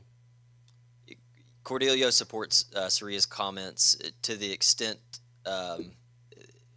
except for the unconstitutional argument. So it's a blanket approval and a blanket agreement except for the constitutional arguments. So you feel 301A1, we'll just call it the additional tower distance rule, you don't feel that's necessary? Cordelio of course, did not submit that in its own initial comments submitted to the commission for consideration. So they didn't take an explicit position on this issue, but generally is in agreement with SREA. Can you explain why there's no commercial intent to site turbines too closely together? Turbines between different companies? Yeah, I don't know that. Frankly, Your Honor, I'm not. I don't know enough about the industry to speak to provide an educated answer to that. Understood. Do you know of any specific examples where significant damage resulted from Cordelio's turbines being sited near another company's turbines? I do not. Okay. If you look at the statute, Act 945, you look at 1402A4, there's some legislative findings that talk about locations can have impacts on safety. You look at within that same section, 1402A, 6B, lowercase Roman numeral 2, landowners need to be protected from hazards and accidents. Do you feel this rule furthers that statutory purpose, goal? Your Honor, I did not review that this morning before we came in, so I would generally say that Cordelio doesn't have a position on it because it didn't take one in the comment, but I'd be glad to look at it. Okay. Similar questions for proposed Rule 301A2, prohibition against communications interference. I assume your client finds this rule unnecessary? Yes, Your Honor. And again, I would look to the Act. 1402A5 says it's essential to the public interest to minimize any adverse effect upon the quality of life of the people of Arkansas that wind energy facilities might cause. Does Cordelio feel this rule, as drafted, it's not promoting that statutory goal? Similar answer to the previous question. Can you explain in detail Cordelio's good neighbor policies and how they would prevent communication interference? Your Honor, because we don't have a witness here today, and I don't know the answers to those questions, I would submit that I can't provide an educated answer to that question. Okay. In your experience, have adjoining landowners complained about communication interference resulting from the crossover wind project? Not that I'm aware of. Okay. One last question. Is the commission the proper forum for challenging a statutory provision? Cordelio hasn't taken a position on that. Speaking as an attorney, I do not think so. Thank you. Thank you. That is all I have, Mr. Bauer.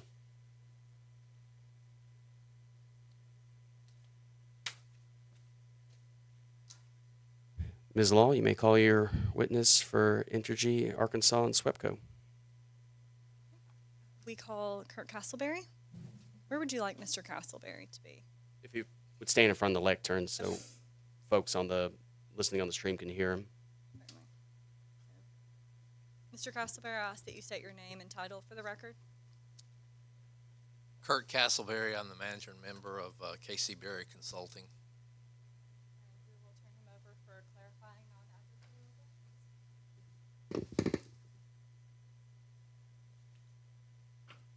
AECC. No questions, Your Honor. Thank you. Mr. Cottle. No questions, Your Honor. Mr. Bauer.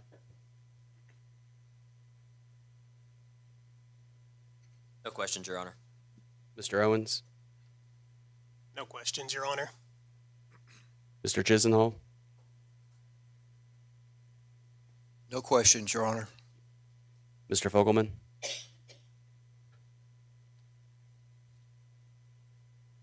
No questions, Your Honor. Mr. Bynum.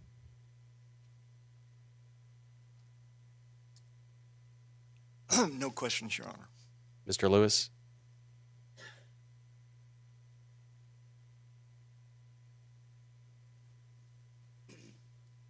No questions, Your Honor.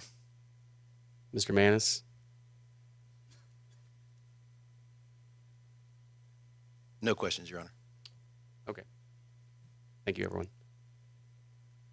Good morning, Mr. Castleberry. Good morning. I'm going to ask you very similar questions that I've asked the other parties, so just please bear with me. Looking at the proposed exemption verification process that was outlined in the joint reply comments, do you support that?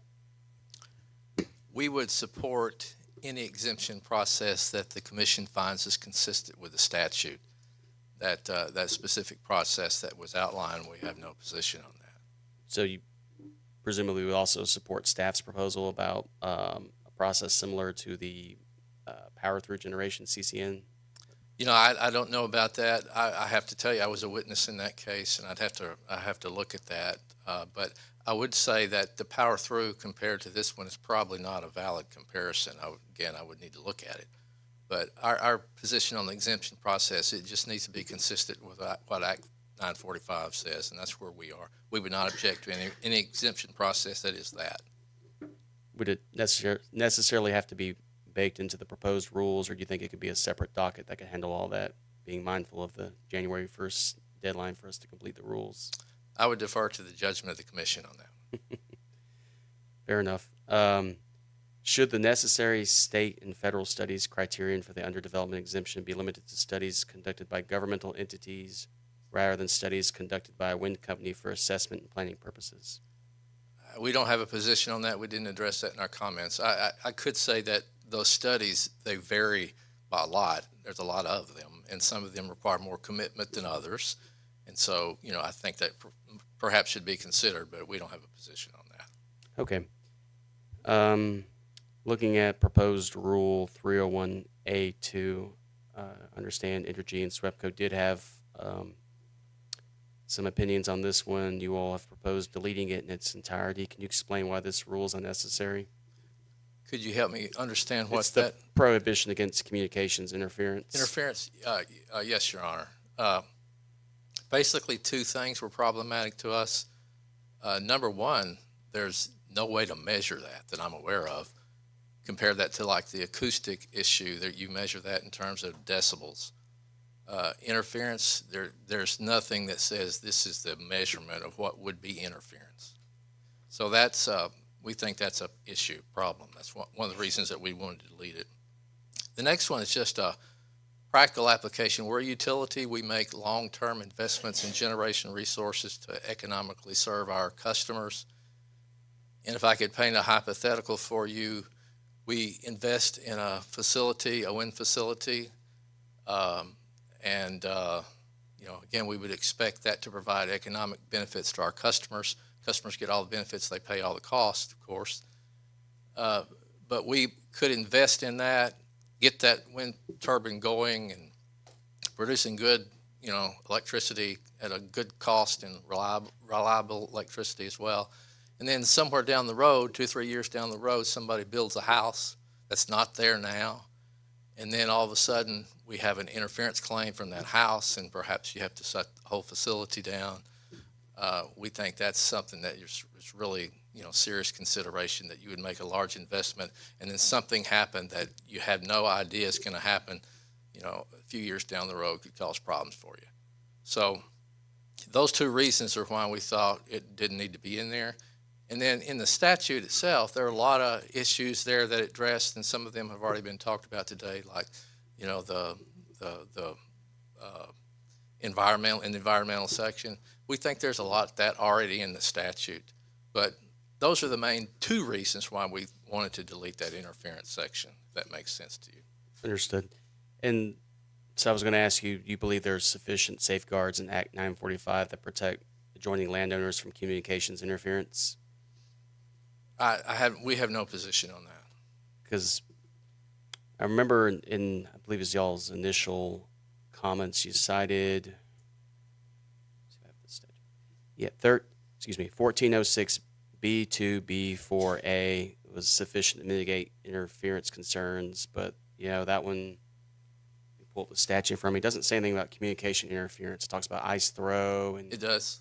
but that doesn't seem. It's talking about risk assessment on the front end, but there's nothing in there about what happens afterwards. So, Yeah, we don't have a position. I'm not, prepared to say how that would work with the statute, but just the the interference thing that we're talking about now causes us those problems about measuring it, and then something happened down the road that would be problematic.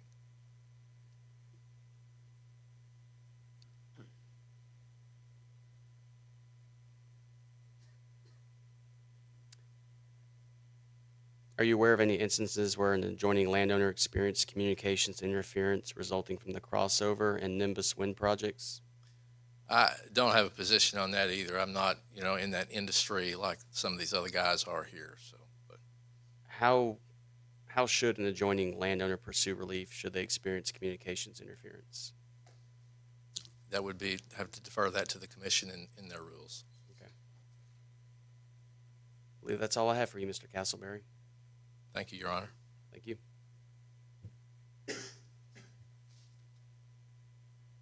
Mr. Owens? Good morning, Your Honor. I understand you have no witnesses, but I have questions I'm asking everybody, so I'm going to ask you. Does Liberty support the proposed rules as attached to order number 1? Generally speaking, yes, Your Honor. Liberty has reviewed the comments with, say, Empire, the Empire District Electric Company here. They had no objections to what has been in the docket or seen comments otherwise, and have monitored the docket and followed those. And I guess I'll say Empire. Does Empire support any of the parties' proposed amendments or recommendations? Wouldn't necessarily say support, but there haven't been any objections lodged or any concerns that have been noted to those comments. Okay. And is the commission the proper forum for challenging a statutory provision? So, in line with the others, I don't have any discussions with Empire on this particular issue, and Empire did not take a position on that. But in my experience as attorney, the Public Service Commission is not the forum for constitutional issues. That's all I have for you, Mr. Owens. Thank you. Thank you, Your Honor. Mr. Chisenhall?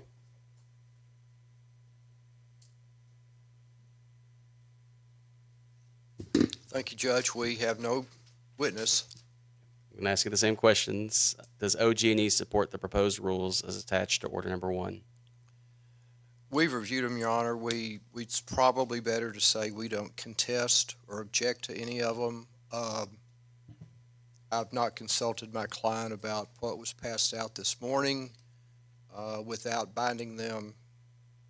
I'll tell you my opinion. I did not find that objectionable either, but they haven't seen it.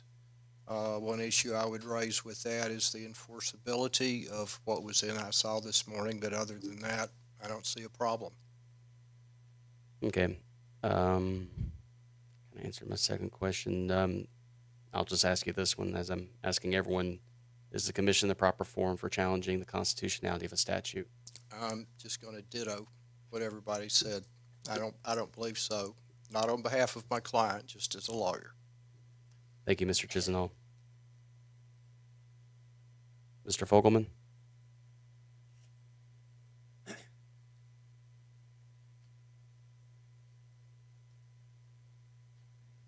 Good morning. Good morning. You have no witnesses, correct? That's correct. Going to ask you the same questions. Does Pulaski County support the proposed rules as attached to order number 1? Pulaski County does not object to the proposed rules. Does Pulaski County support any of the parties' proposed amendments or recommendations? We're not going to object to the proposed recommendations. And finally, is the commission the proper forum for ruling on the constitutionality of a statute? I do not believe, as an attorney, I do not believe this is the proper venue. Thank you, Mr. Fogelman.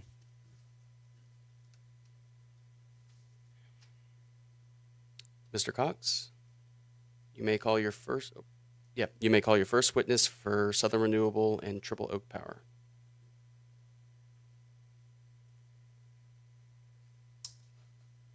Thank you, Your Honor. The Southern Renewable Energy Association and Triple Oak Power calls Phoebe Bloom, Manager of Business Development at Triple Oak Power.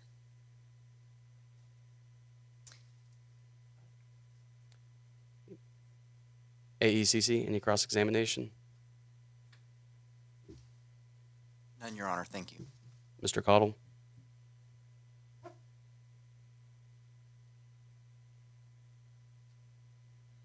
No, Your Honor. Mr. Bauer?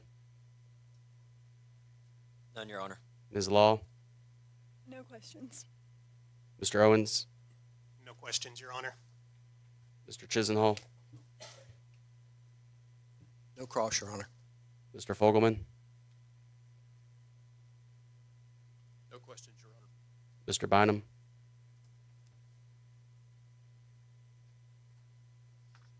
No questions, Your Honor. Mr. Lewis? Get my steps in. We have no questions. Thank you. Mr. Manis? No questions, Your Honor. I appreciate everyone working on their steps today. Good morning, Ms. Bloom. Morning. You're going to hear many of the same questions, but we'll just proceed right along. Your client proposed some exemption verification processes. As drafted, they wouldn't require an applicant to file an application. It's entirely optional. Shouldn't the commission have an awareness of and retain oversight over wind facility project developments? To clarify, I'm with Triple Oak Power. I'm not an attorney. My apologies. No worries. Just wanted to clarify. We are in favor of a process that is clear and outlines the timelines and requirements for the exemption process, and otherwise agree with Sriya's comments as filed.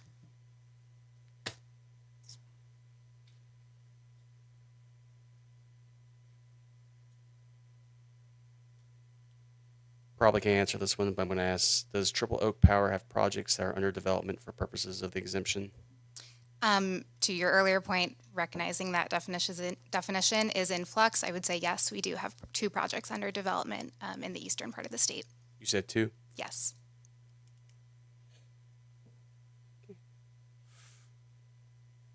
Should the necessary state and federal studies criterion for the underdevelopment exemption be limited to studies conducted by governmental entities rather than studies conducted by a wind company for assessment and planning purposes? No, that is not our view. There are many studies that go into the development process that lead to an informed study process with the agencies you mentioned. So we believe that that list of studies should be broader, and to the extent it's laid out, should be recognized as an exhaustive list.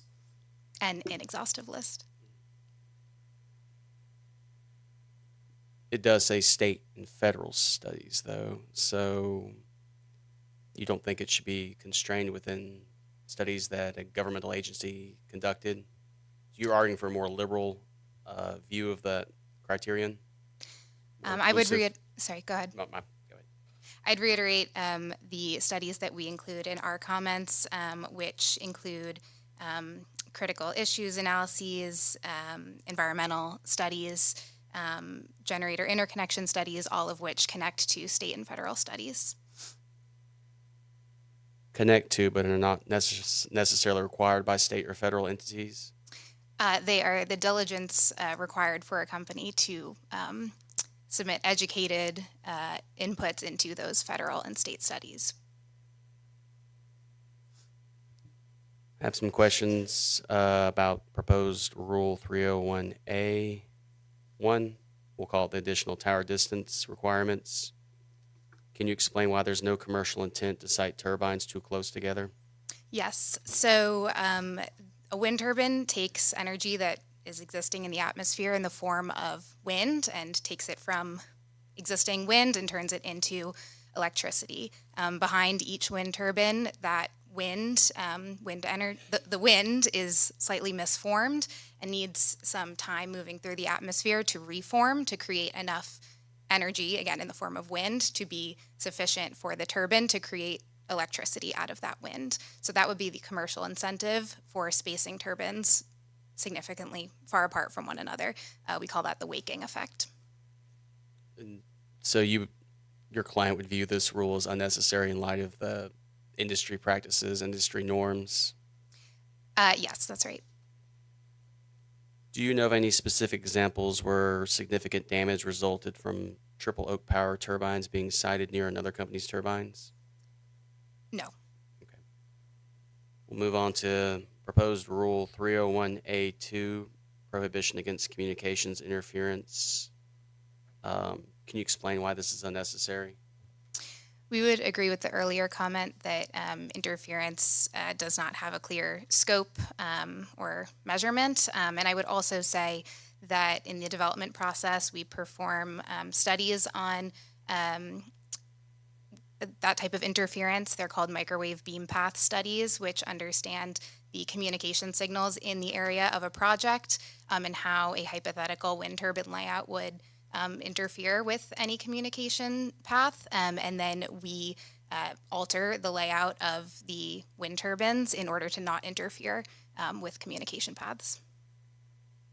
Is that part of the good neighbor policies, or is that separate? That's standard practice for the development of a wind project. And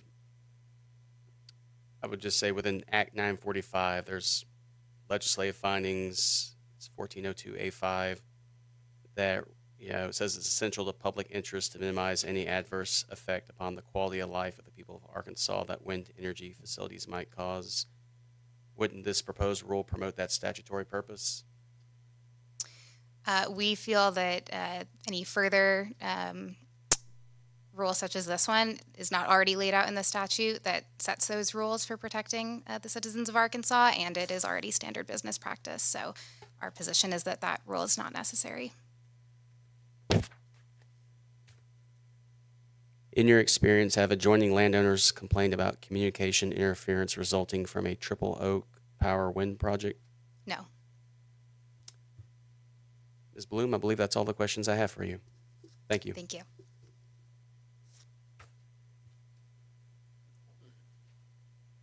Mr. Cox, you may call your next witness for Southern Renewables and Triple Oak Power.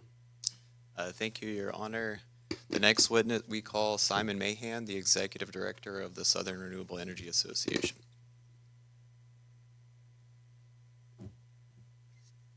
Good morning. Good morning, Mr. Mahan. Mr. Sappington? No questions, Your Honor. Mr. Cottle?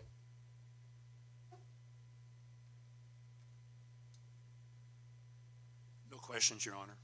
Mr. Bauer? No questions, Your Honor. Ms. Law? No questions, Your Honor. Mr. Owens? No questions, Your Honor. Mr. Chisenhall? No questions. Mr. Fogelman, No questions, Your Honor. Mr. Bynum,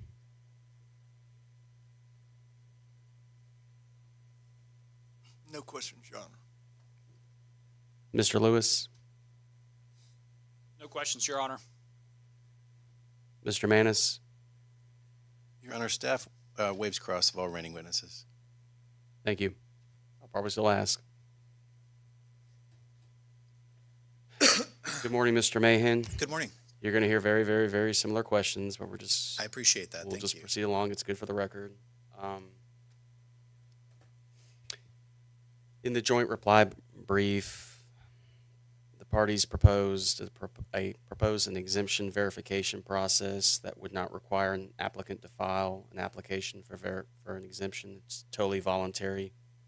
Shouldn't the commission have an awareness of and retain oversight over wind facility project developments? I think our intent in writing that was what is in Act 945. There doesn't seem to be a requirement that someone submit an exemption request to the commission. And so we wanted to reserve that based on the pure language of Act 945. But I absolutely understand the desire of the commission to be aware of generation that's occurring in the state. Right. I mean, we've had members of the public. That's a very common concern is transparency, lack of transparency. Yes, sir. Give me a moment, please.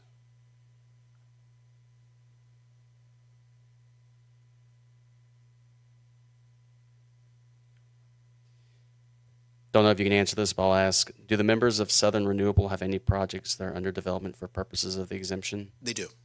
Can you provide a number? I can't. Can you say whether they're a small amount, large amount?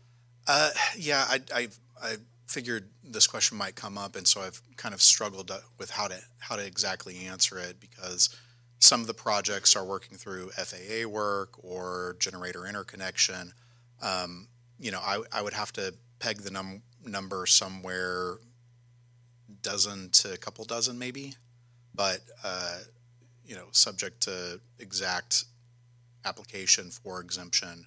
Understanding that's in flux right now. Yeah, I appreciate that. Thank you. I think I know the answer to this, but maybe I can phrase it so we're not just adding nothing to the record that shouldn't be there.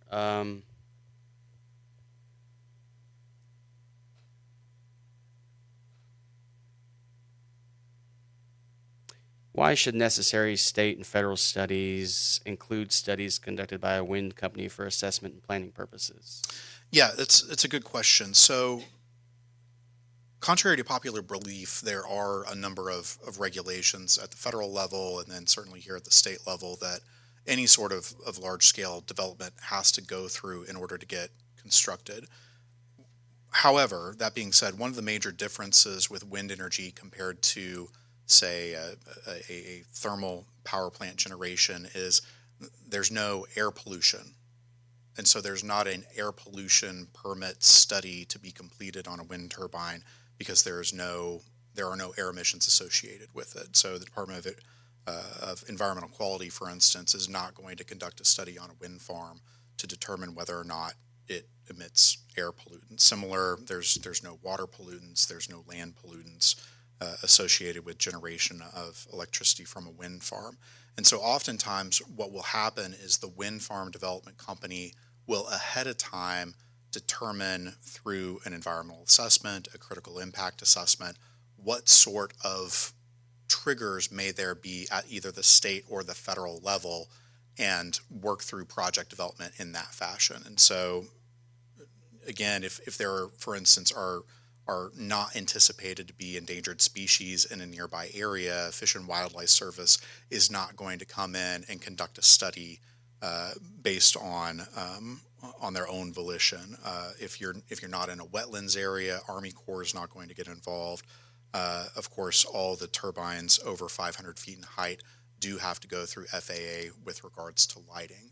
And so it's important to note that requiring a state agency to perform the study, many of the studies that are performed in relation to power generation that aren't renewable just simply do not apply to wind farms. One other thing I'll mention here, I think Mr. Caudle had mentioned generator interconnection as a valid study for exemption purposes. Those generator interconnection studies are often performed by the Mid-Continent Independent System Operator or the Southwest Power Pool.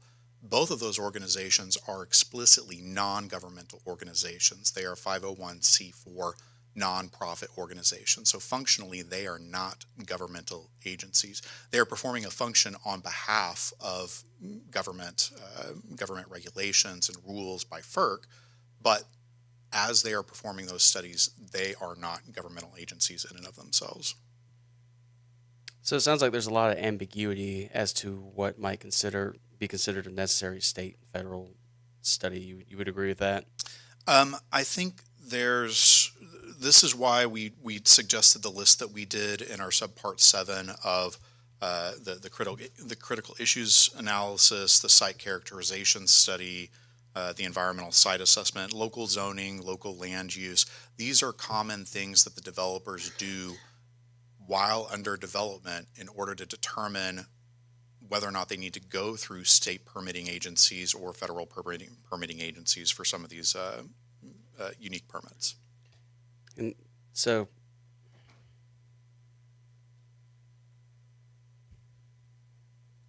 sounds like these would be a lot of issues of first impression for this commission, correct?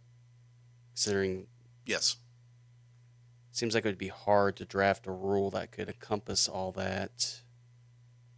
Wouldn't it be better for parties to proceed through a declaratory order process? Since it's issues of first impression, parties might want to intervene, staff might want to weigh in and consider whether these are truly necessary state and federal studies. I think that is certainly a path that is possible. I think it is less efficient for the commission to go through these individual applications and for instance, if one development company has done a site characterization study and another company has also done one, but maybe not as extensively, how does the commission pick and choose which one gets through? And so I think it makes it more administratively burdensome for the commission to go through bespoke processes on these individual projects. But then it also creates less certainty for the wind project development companies as well. If we had a checklist of certainly the studies and reviews that we've outlined here, and then allowed the commission to, if you all would like to request additional information or clarification, but broadly, what we were attempting to do in the subpart 7 is to try and make it more administratively efficient for the commission. I understand. With a checklist, though, wouldn't the parties kind of have to agree at the outset what would constitute these state and federal studies? Again, I think within the subpart 7, we do a fairly robust job of explaining the primary ones that are of interest. Those are the ones that our members have identified as necessary for their under development process for state and federal work. And so with that list, we are confident that if it was adopted by the commission, that it would create the exemptions in a orderly fashion. I understand. It definitely does seem efficient, but again, my concern is just that these are all issues of first impression. I feel the commission would benefit from having parties intervene, stakeholders intervene, filing testimony, maybe even briefing where necessary. Just seems difficult to, just at the outset, take your client's word for it. Yeah, these are acceptable state and federal studies without commission having fully evaluated it. So that's just wanted to add that.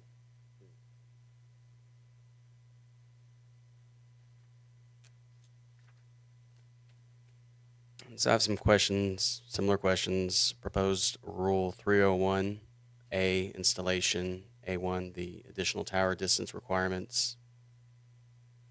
Don't know if you have any unique perspective, but can you explain why there's no commercial intent to site them too closely together? Yeah, as Ms. Bloom explained, the aerodynamics of the turbines don't want to be too terribly close to one another. You start to lose the kinetic energy in the wind itself whenever you start to site the projects too close to one another, or even the turbines too close to one another. Okay. Do you know of any specific examples where significant damage resulted from one company's turbines being sited near another's? I don't. I'm generally aware of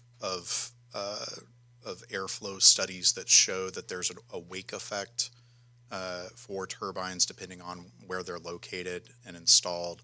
But that's again one of those additional studies that the project developers create ahead of time, even within their own wind project, where they're trying to site individual wind turbines next to one another to ensure that the air turbulence isn't going to be too deleterious on the performance of the project.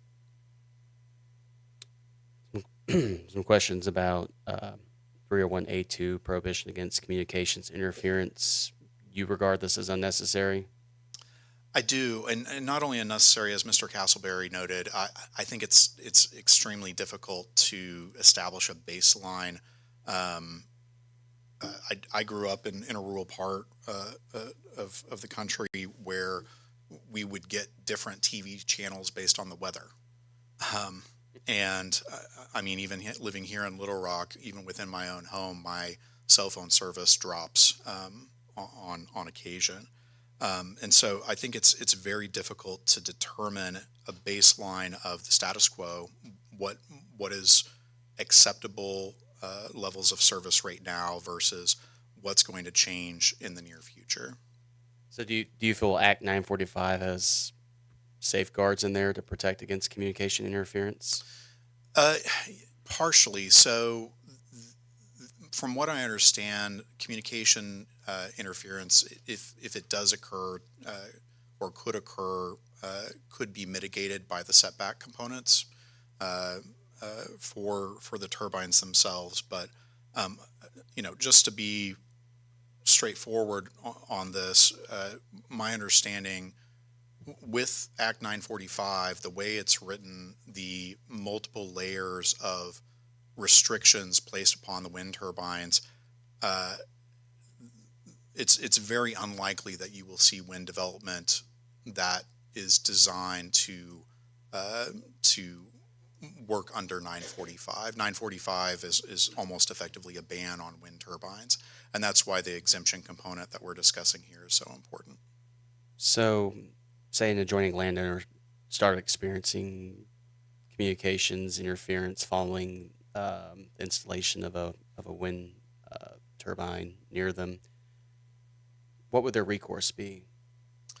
That I'm not sure. I was trying to think about this as you were asking the question to other people. To be honest, I don't even know what my recourse would be if my neighbor were to cause interference on my own cell phone at my own house right now, whether or not it's a wind turbine or not. I mean, my first presumption is I'd call Verizon and see if there's something that can be done to fix it. And then just because of the work that we do here, that I'd probably contact the Public Service Commission.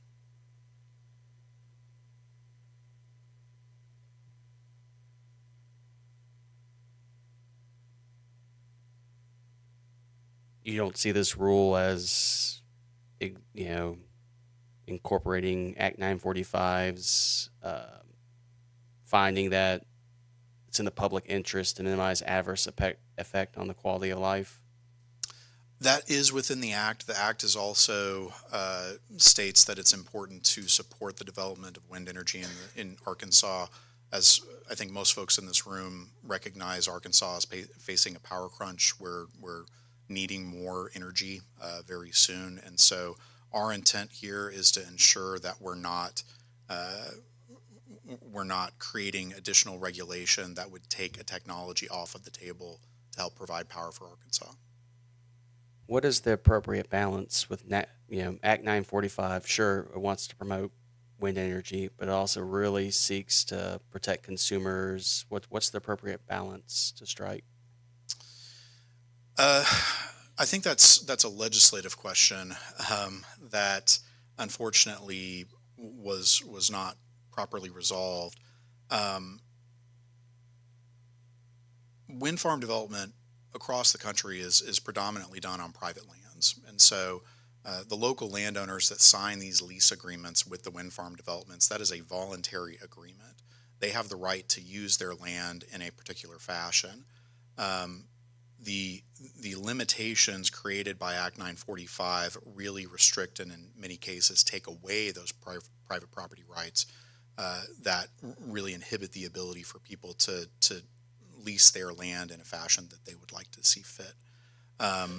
There are reasonable regulations. Our organization, we supported legislation earlier this year regarding decommissioning of renewable energy facilities. We have seen reasonable regulation in places like Oklahoma and in Texas where you can strike this balance between public safety, for instance, and then the private property component of the wind farm development.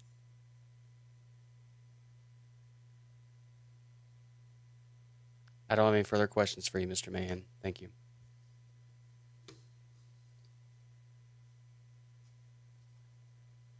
Mr. Cox, you may call your next witness for Southern Renewables and Triple Oak Power. Yes, our next witness we call is Ralph Wynn Wilson. Thank you. Morning. Good morning. Mr. Sappington, any cross? No questions, Your Honor. And Your Honor, if you don't want me to continue to scurry up here, I mean, I'm happy to I do think that. I do want you. I want you to work on your steps. Fair enough. Thank you. Everyone work on their steps. Mr. Cottle? Yes, Your Honor, I do.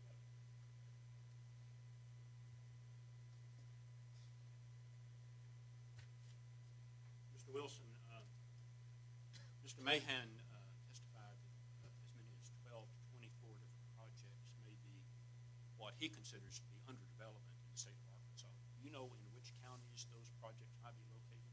I do not. Do you know anything about any of the specific projects he may have been referencing? I do not. So you don't know how many turbines per project, their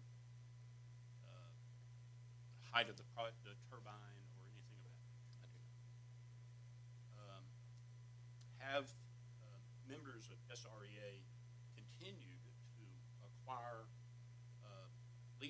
wind lease agreements with landowners in Arkansas since April 9, 2025? I do not. I'm an attorney. I don't have any factual information regarding that. Thank you. Thank you, Your Honor.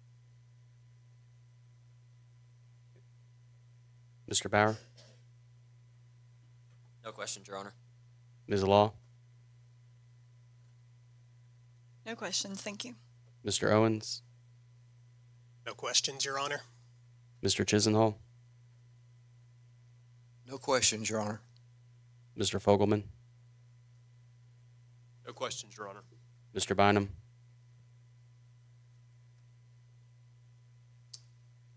No questions, Your Honor. Mr. Lewis?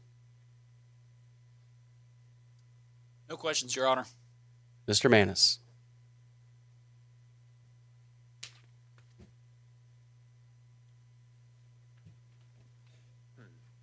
No questions, Your Honor. Alrighty then. Good morning, Mr. Wilson. Good morning. If you give me a few moments, I'm going to look through my questions.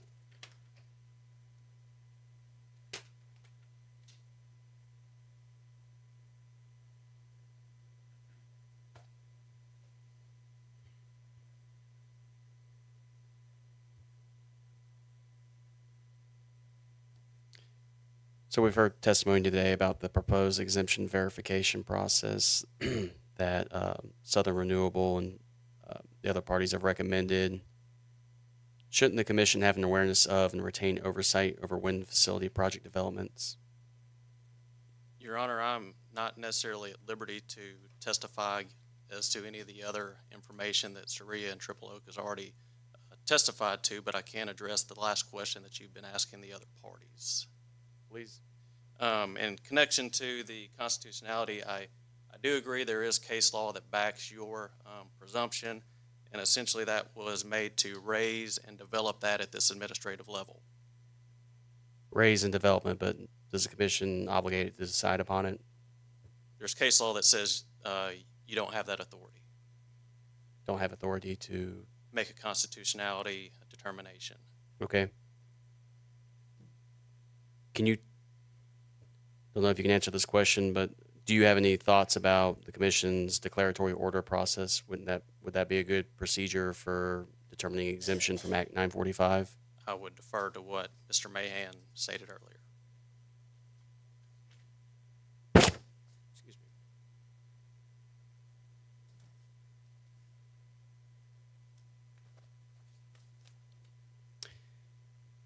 I noticed the joint parties rely a lot on Act 940. You would agree that applies to dispatchable energy? Your Honor, I would agree that the definition is applicable to Act 940 for the Commission's determination of those definitions stated therein. And you're aware Act 940 explicitly carves out wind energy from dispatchability? That is correct. Okay. Bear with me one moment, please.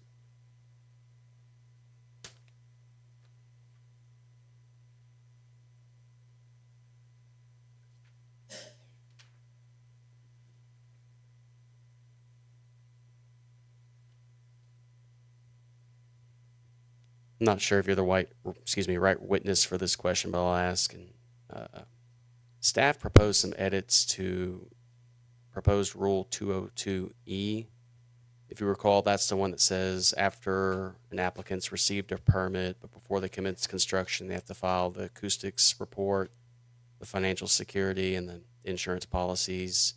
Staff recommended the parties file this 30 days before they commence construction. The joint parties opposed it. Can you explain why they proposed the 30 days? Your Honor, I don't have any information regarding that comment made by the joint parties. Mr. Cox, do you know when they can testify upon that?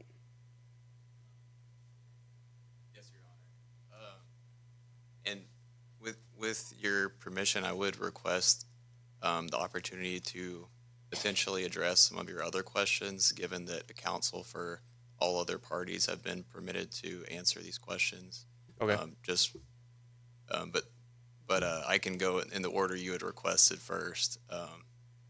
But I did have a thought just about the your suggestion about the application for a declaratory order, which is already a right under the rules of practice and procedure. One concern we had with that process is there's no clear deadline for a commission decision, and it's been my experience, working at the commission, practicing before the commission, that it's really important to have clear deadlines.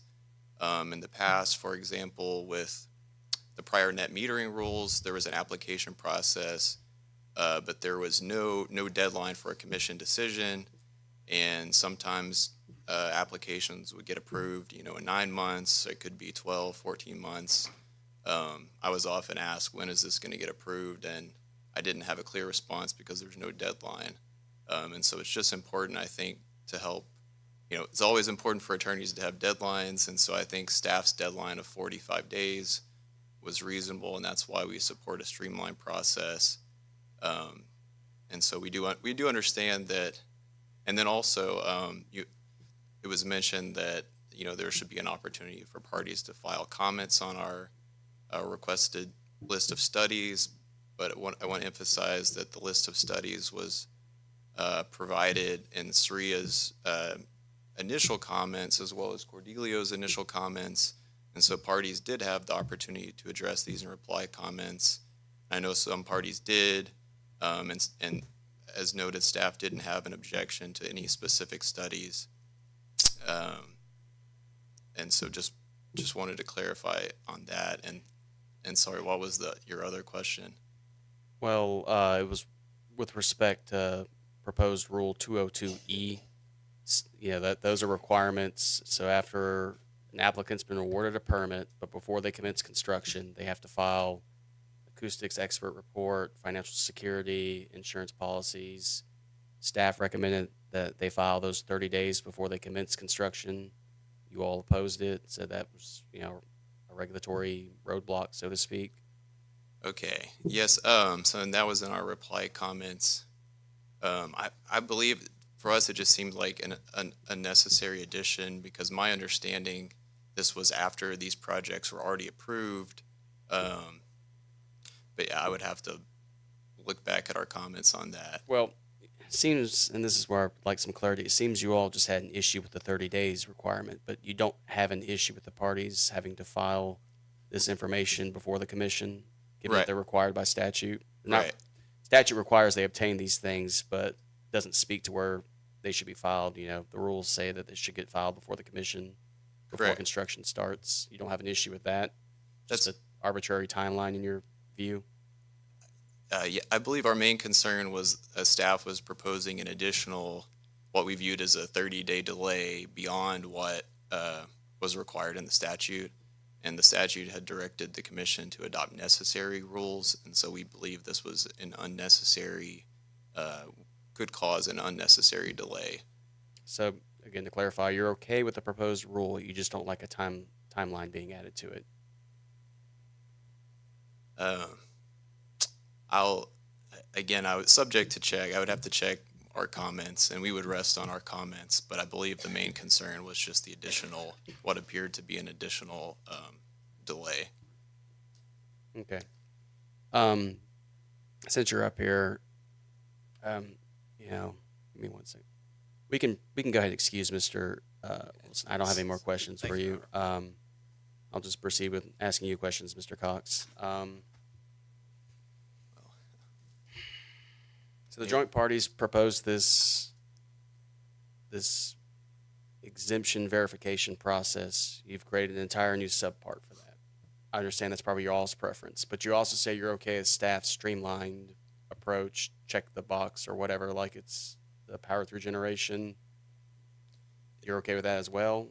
For the most part, our concern was staff didn't, write out exactly what their proposal was. They said they wanted something similar to that process. I mean, we believe that our proposal is similar to that process, but again, we were just, and we think the timelines in that process would be good. I know they proposed a 45-day deadline for commission decision, and then that process itself, and I believe order number 11, allows staff 10 days to file testimony objections, as well as interveners can also file. But our concern was just that we didn't think that, all the parties in this docket should automatically be interveners in every, subsequent application. And so my recommendation, or our recommendation was, in the previous net metering rules, there were separate dockets for applications. And so to the extent that any intervention is allowed, there should be a requirement to demonstrate standing for parties other than staff and the AG that automatically have these rights. And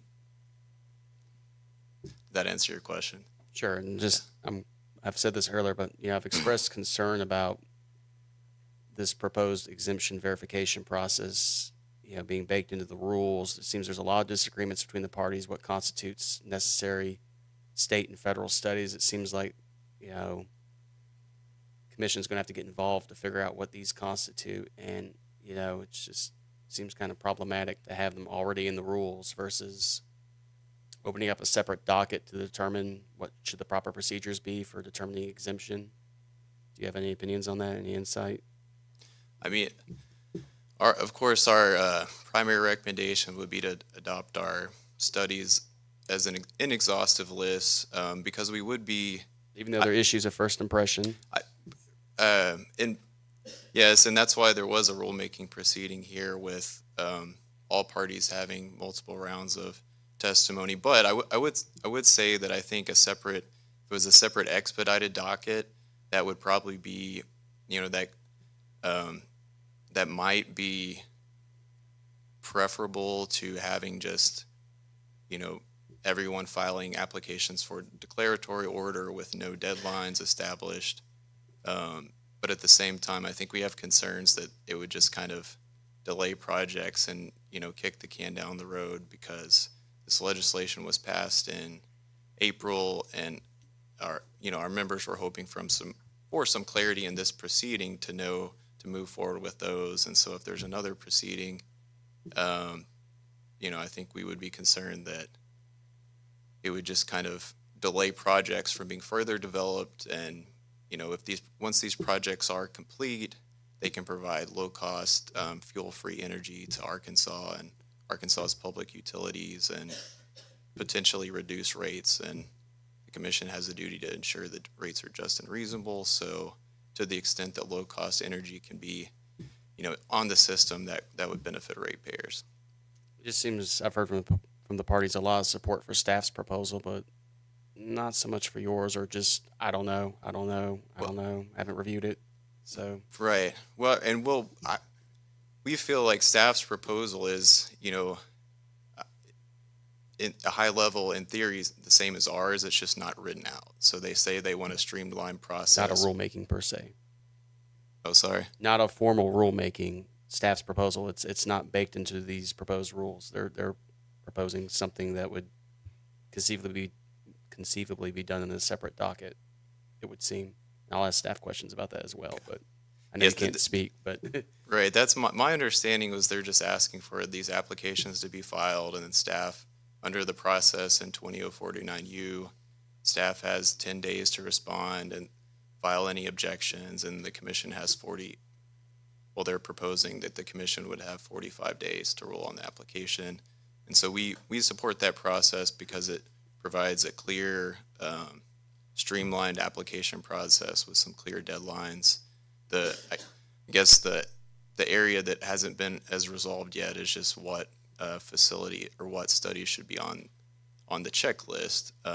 But we had proposed, for instance, for leases, it's more obvious. You could file a lease or a memo of lease, some documentation of the lease. So I think, while the issue of which studies might not be resolved, that shouldn't delay companies who can file evidence of lease or studies to go ahead and make those applications. So we wouldn't want the application process to be delayed while we're ironing out all the details.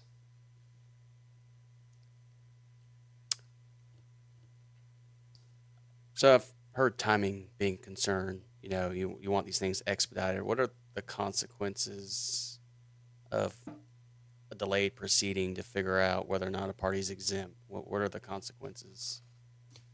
I mean, it's just we've seen even last week, the commission approved a special rate contract with Energy, and one of our members, Google, who wanted clean, carbon-free energy in Arkansas, and that was part of what led them to build their projects here and create all this economic investment.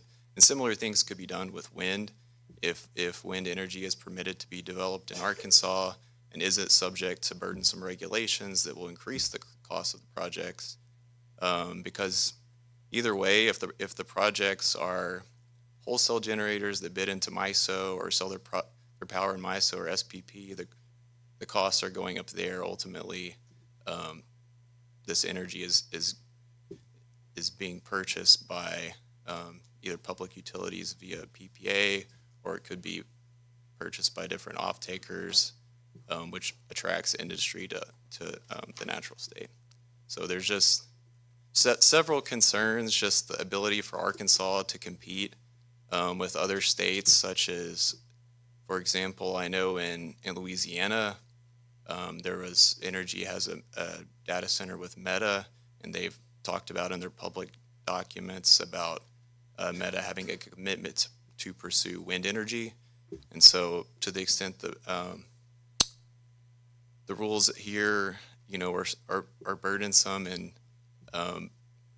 wind energy companies decide to develop projects in Louisiana instead, that's just business that the state is losing and economic opportunities that we'd be missing out on if we're not able to compete with other states. And one clarifying question: is wind energy unregulated in Louisiana?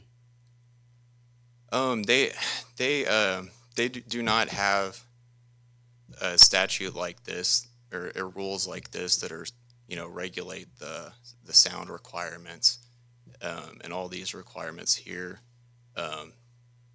They do have, I believe they've passed some a decommissioning statute that hasn't yet been gone through rulemaking, but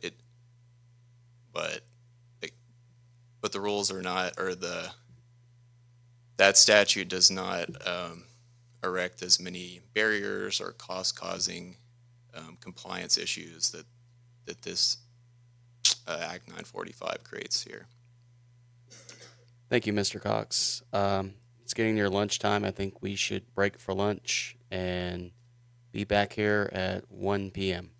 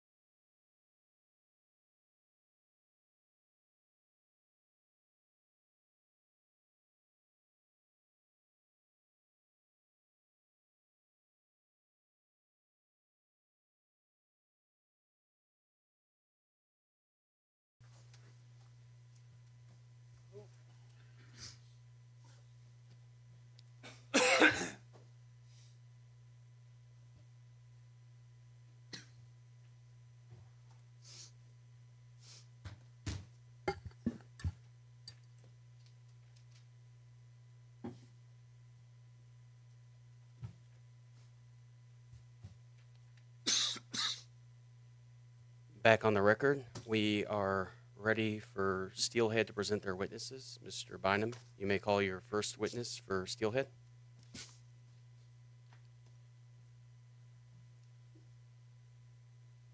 Steelhead Americas calls Rorik Peterson as our one and only witness. Thank you.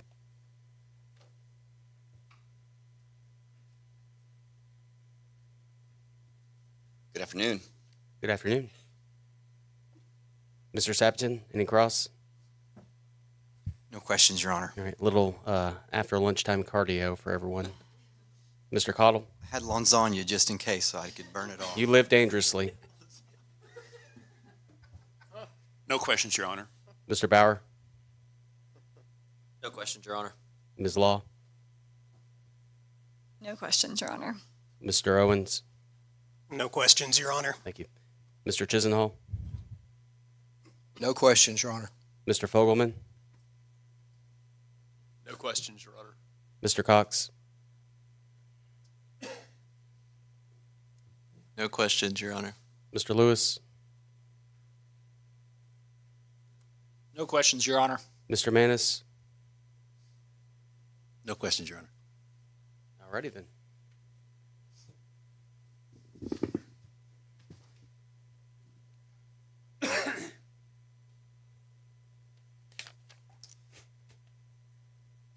Good afternoon, Mr. Peterson. Good afternoon, Your Honor. Same questions everyone's been asked, but now it's your turn. Very good. Okay. Looking at the proposed exemption verification process outlined in the joint reply comments, you agree with that? I would say that we certainly generally support Saria's commentary on this. We also, in our comments and our testimony, are advocating for a process, for there to be a process established that applicants, developers can go through to ensure their status under the exemption criteria. How do you feel about staff's proposed streamlined application process that's similar to one the commission has initiated in docket 20049, or I don't think that's the right citation. Scratch that. The power through CCN docket. Not being an attorney, not being especially familiar myself with that, I would just state that we would generally support Saria's comments on that matter. Fair enough.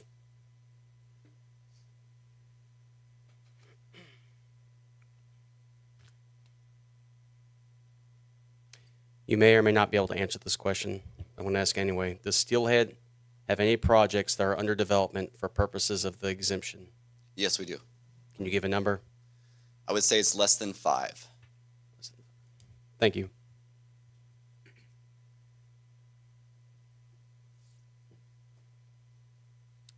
Should the necessary state and federal studies criterion for the underdevelopment exemption be limited to studies conducted by governmental entities rather than studies conducted by a wind company for assessment and planning purposes? I appreciate the question. In my view, no, sir, they should not be. And that is for a number of reasons. In most cases, it is actually fairly rare for state and federal agencies to conduct studies of their own, and this is not unique to wind energy projects. It is certainly applicable to a number of developments that would go through any sort of state or federal permitting review or agency review.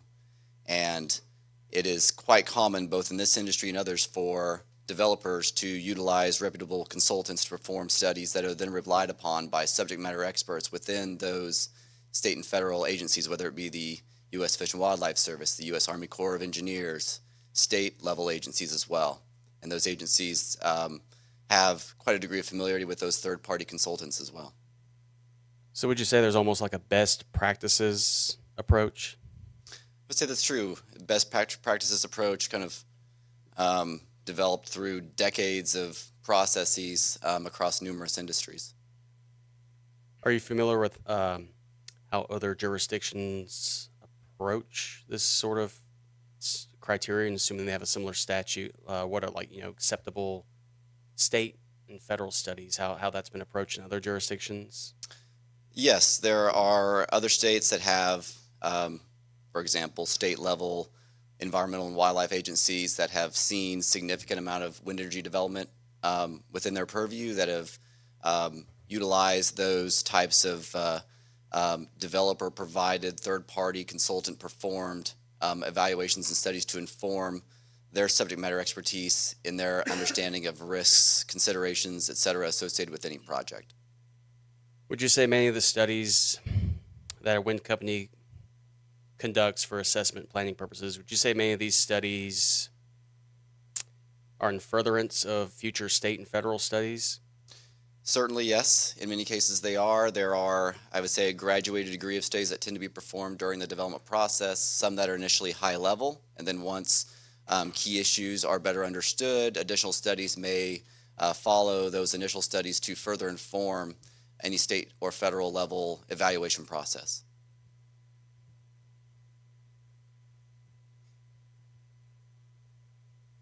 When could you give me an example of when they say a wind company's doing these assessment and planning tests sort of things? What would be an example of one that is totally divorced from a governmental entity? It's not in any way in furtherance of future government studies. Can you tell me any examples of some that would just be per se, have nothing to do with future governmental studies? If that makes sense. It does. I would struggle to come up with an example. The studies that we're performing early on in our development process are intended to inform additional studies that may be necessary to substantiate any concerns that, or substantiate any a better understanding of any concerns that any sort of agency might have with respect to the siting of a project. And so I would struggle to come up with a specific study that would be, I guess, unrelated to a future state or federal consideration that may be applicable to a project. I know, excuse me. I know example in Saria's initial comments. It lists as an example public outreach plans and assessments. Does that fulfill the statutory criterion for necessary state and federal studies? It certainly can under some jurisdictions, and certainly can, in some cases, that type of study, that type of effort is obligated under certain criteria, under certain state level or local level processes. Are you aware of any, in Arkansas, any state or local agencies, organizations that would accept that as a necessary study? I am not, no. Okay. Let's turn to proposed rule 301A1, what I've been calling, well, let me back up actually. Do you share Saria's blanket opposition to proposed rule 301A? I would say that we would generally support Saria's comments and testimony on that matter. Okay. So being a little more specific, moving to 301A1, the additional tower distance requirements, you feel there's no purpose for this rule that would impose spacing between, wind farms that are under different ownership? You don't feel there's a need for that rule? No, generally I would not. I would say that, and comments and testimony by others have expressed this, best practices within siting within the industry would already accommodate those considerations. Generally, developers are working to ensure that their projects are sited as efficiently as possible while ensuring the operational integrity of those wind farms. And I would also note that it's not uncommon for, in some regions, for wind farms to be developed in multiple phases. And in some cases, those phases, while appearing to be contiguous, could be under different forms of ownership depending on how they're commercially or operationally structured. Do you know of any specific examples where significant damage resulted from a steelhead turbine being sited too close to another company's turbines? No. Okay. Let's move to 301A2, the prohibition against communications interference. You feel this rule is unnecessary as well? Yes, I do. Can you explain why? Sure. I would say we generally support Saria's comments on this as well. And to that, I would add and kind of reiterate that it is, one, very difficult to establish that baseline of pre-operational condition communications, stability, et cetera. Not being a subject matter expert in this area specifically, I would also note over my roughly 18 years of experience, that issue, that concern has become far less common as we've moved away from certain analog style communication technologies. In addition to that, we do perform various studies during the development process to assess any potential considerations associated with communications. And it is standard practice that the industry has observed over its multi-decade operational history of working to address specific concerns by residents or landowners as they may exist. And that would be the good neighbor policies, as they're commonly called, you're referring to? Yes, I would say it's a good neighbor policy, best practices of being a long-term member of a community. And those policies, standing alone, are sufficient enough to prevent any incidents of communications interference, in your opinion? I believe so, yes.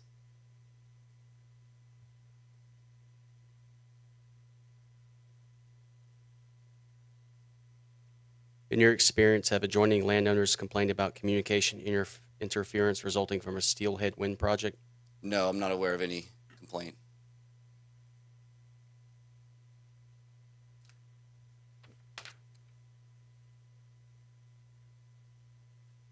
Well, Mr. Peterson, I think those are all the questions I have.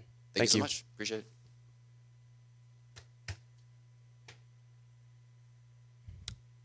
Mr. Lewis?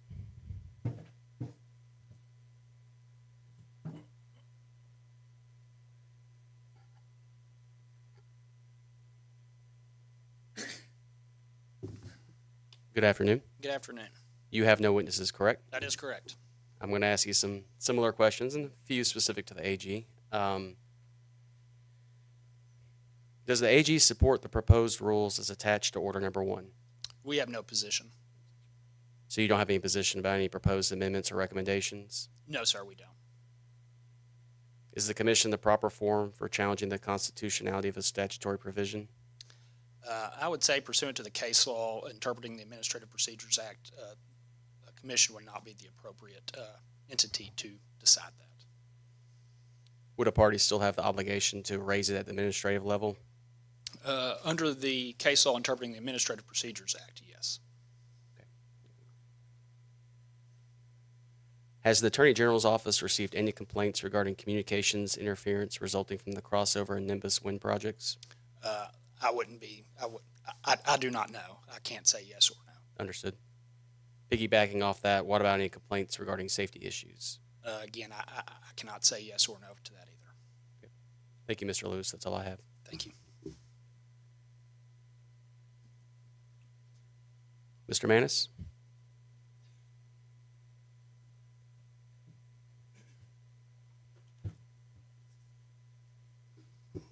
Your Honor, we have a couple of witnesses, but I just wanted to add a couple of clarifying points if I could. Please do.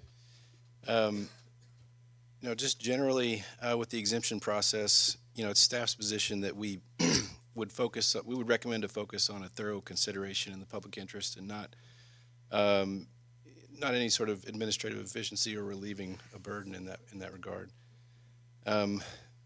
The exemption process,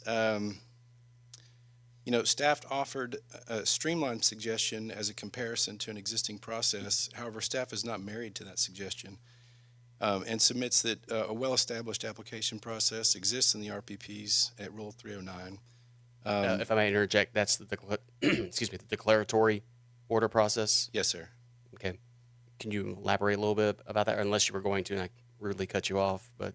No, I don't have it in front of me, but just generally speaking, the process is there, and it allows for public input or other parties to intervene, as you've pointed out, and so we would just support, that might be the best approach.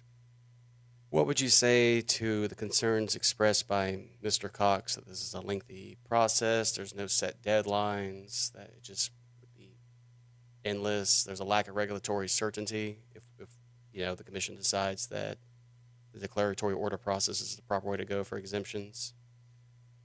I think I would just go back to what I said initially, that the focus should be on a thorough consideration of the public interest and not rushing through something that has widespread implications. And how would the public interest be served through the declaratory order process? Well, that's one option under Rule 309. I think, the application process, that rule includes other, other steps other than just the declaratory order. Right. To me, the declaratory order process jumps to mind because it explicitly says, and I think I have the the language from the rules in my notes, that a party seeking an exemption from the applicability of a statute or something like that. Remove an uncertainty about the applicability of a statute. That's what our rules say explicitly within the Rule 309B1, the declaratory order process. Doesn't that seem exactly like the issue we have before us right now? Yes, sir. So you're saying your testimony that staff is not married to the power through CCN exemption process like we've done in the power through docket, but you're open to other avenues, one of which would include the declaratory order process? Yes, sir, and I may be mistaken on my understanding of how that process works, but if it offers the opportunity for other parties to make comments or intervene as necessary.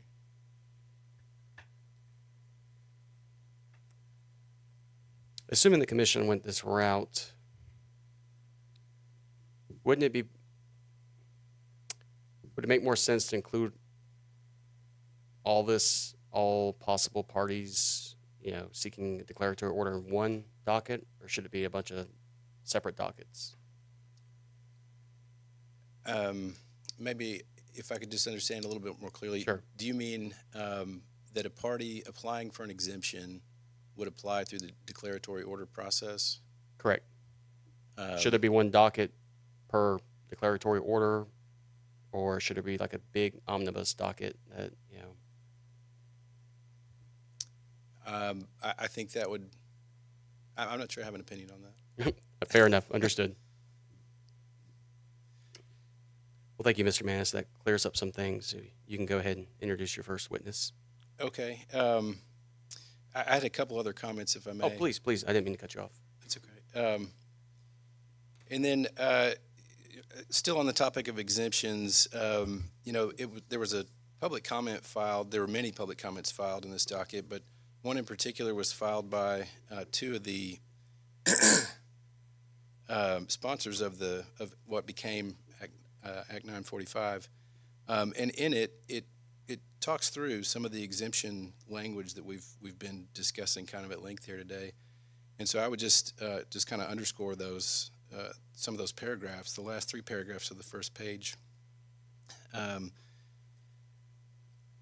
Representatives Eaton and Hall point out that there is an exemption if a company had executed land leases by a certain date, and that it was the intent of the legislature that sufficient land be under lease by that date to allow the project to proceed to construction. Excuse me. That would require that most of the total project acreage be under lease. Second, there's an exemption if necessary state and federal studies related, and these are in quotation, so open quote, necessary state and federal studies related to construction of a wind energy facility, close quotation, were commenced by a certain date. And they say that the language of this exemption is clear. Government entities conduct the necessary studies referred to. They are not studies conducted by the wind company for assessment or planning purposes. Only those studies required by government entities commenced by that date would be accepted as proof of an exemption under this clause. And finally, there's an exemption for projects that have commenced construction, and that's a specific term defined, by that date. During committee testimony, the only two projects in Arkansas deemed qualified for exemption under this clause were the Cordelia Crossover Project in Cross County and the Scout Nimbus Project in Carroll County. Only those two projects had advanced to the point that they met the definition of construct found in the bill. No other projects besides the two mentioned were considered exempt under this clause. And so we would just highlight that for consideration. Next, I wanted to address the proposed subpart 7 by SREA. Staff is generally opposed to that, but only because we feel like the commission should have as much flexibility as possible. Once these rules are written, they're not statutes. They're meant to give guides for applicants and for the commission. And so we just feel like that language should be not included.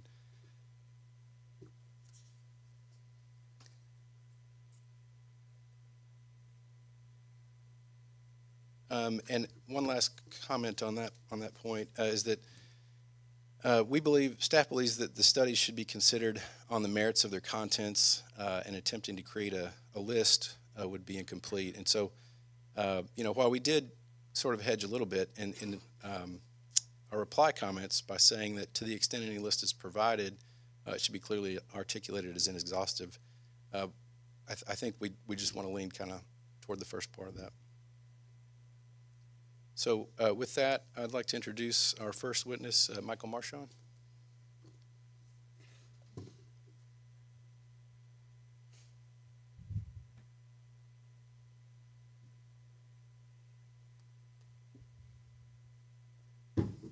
Afternoon. Good afternoon. Mr. Sappington?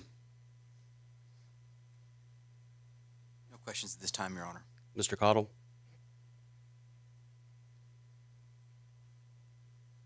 No questions, Your Honor. Mr. Bauer? No questions, Your Honor. Ms. Law? No questions, thank you. Mr. Owens? No questions, Your Honor. Mr. Chisenhall? No questions, Your Honor. Mr. Fogelman? No questions, Your Honor. Mr. Cox? Yeah, maybe a clarifying question or two, perhaps. Mr. Marchand, and are we standing in the right place here? It's fine. Or should I ask? You're fine where you're at. Okay. Sorry. So have you read the Act 945? Okay, and you're aware of staff's positions and their comments. Yes. Yes. Okay. And am I correct that in Sriya's initial comments we had recommended this process be optional, and I believe staff said it shouldn't be optional, the application for exemption process. Is that correct? Yes. Okay. And is there any language in the statute that says that projects are exempt if approved or if found as such by the commission? I am not an attorney, so I'm not going to interpret the statute, but I don't remember reading anything like that. Okay, thank you.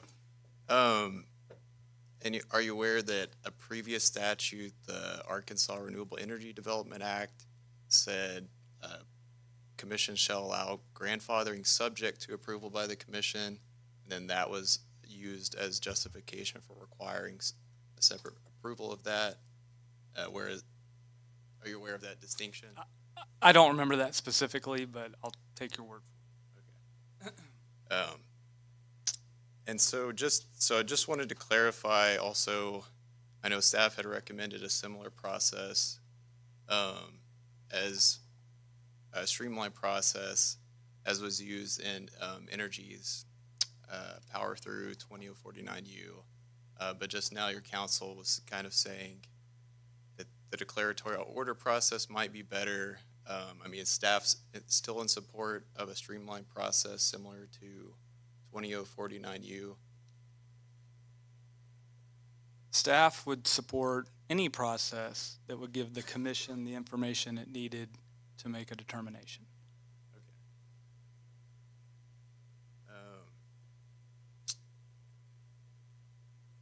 So no further questions. Thank you. Mr. Bynum?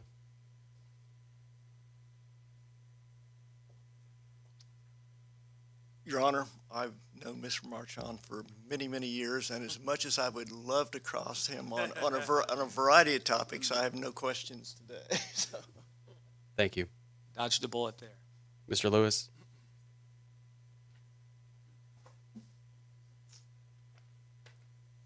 No questions.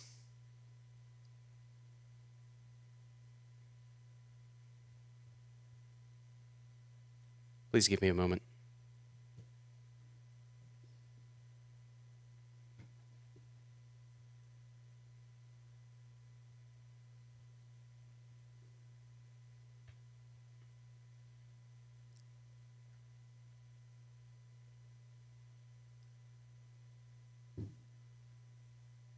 So as I understand staff's position, staff is okay with a streamlined process like docket number 20049U, but also is okay with the declaratory order process?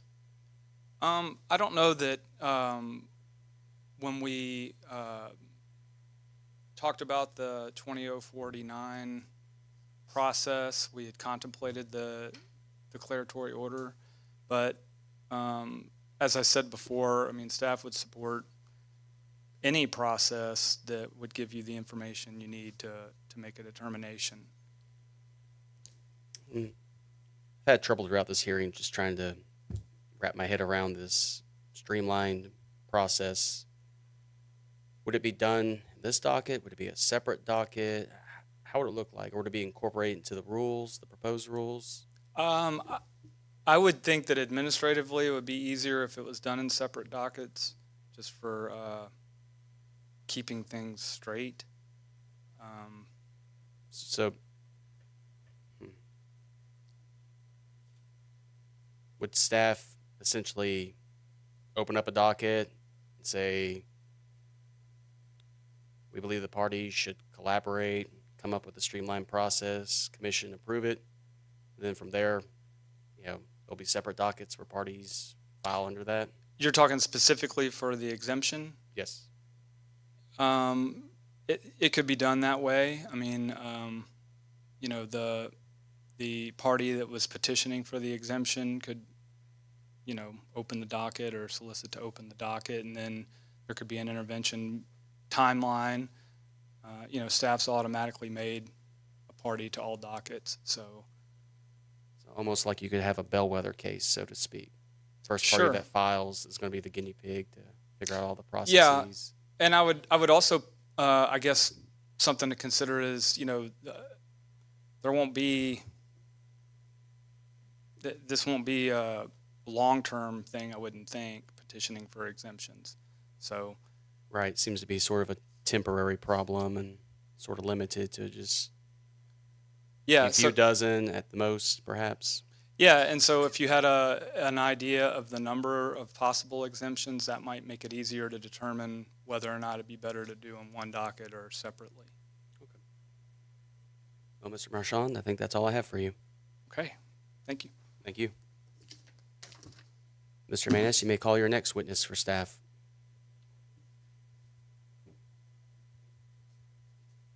Your Honor, I meant to ask earlier, you've asked some legal questions of the other parties, and if you have any for us, I'd be happy to answer those either before or after my next witness. You addressed a lot of them when you had your comments. At the time, I don't really, but that could change.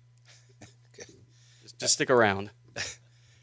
In that case, I called Jeff Roberts.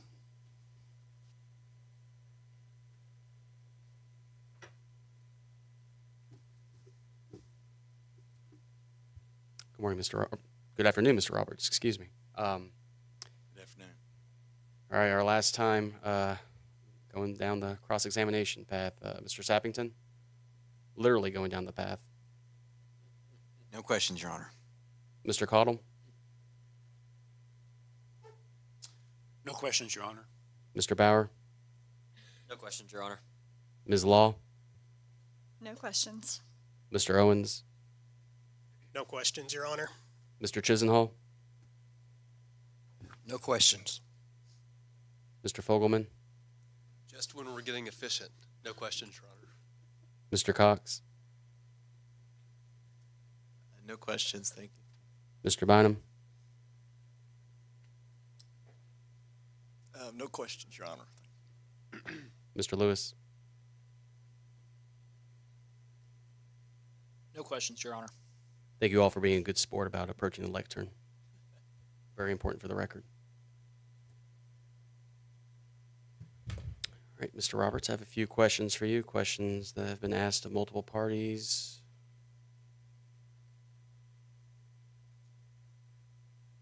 We've talked a lot about underdevelopment, necessary state and federal studies. Staff mentioned in its reply comments that the commission should consider adding general criteria for the things that studies should include. Could you expound upon what sort of general criteria the commission should include? Well, I just think moreover than that, it'd be dangerous to try to exhaust a list of requirements that would need to be checked off. So to leave yourself a little bit of headroom there to make a determination based on a case-by-case basis would be more appropriate.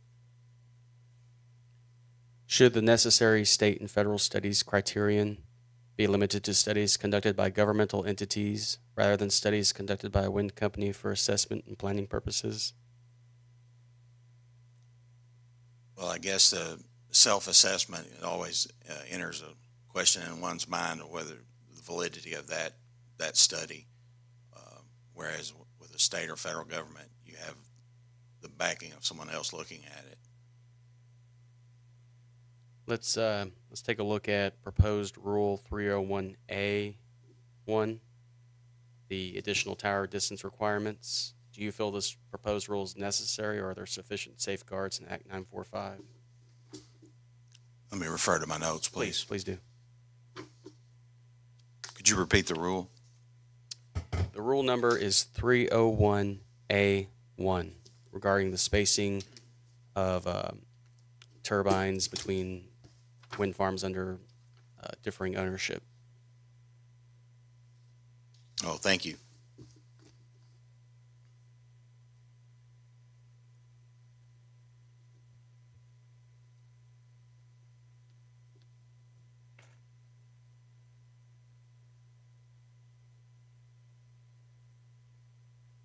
Let me refer to my attorney for a moment. Please do.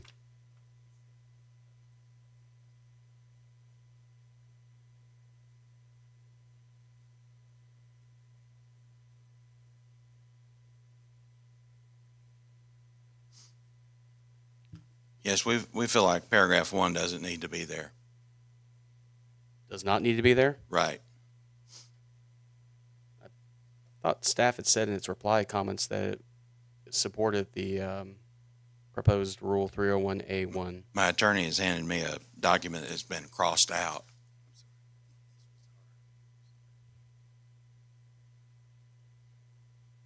I'm confused. Your Honor, I think I've confused him. It's my fault.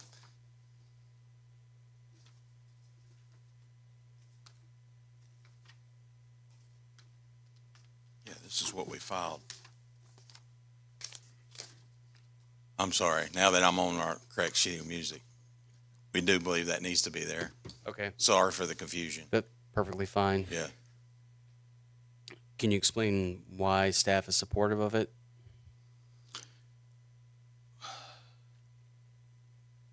I just think it adds a extra level of safety to the projects.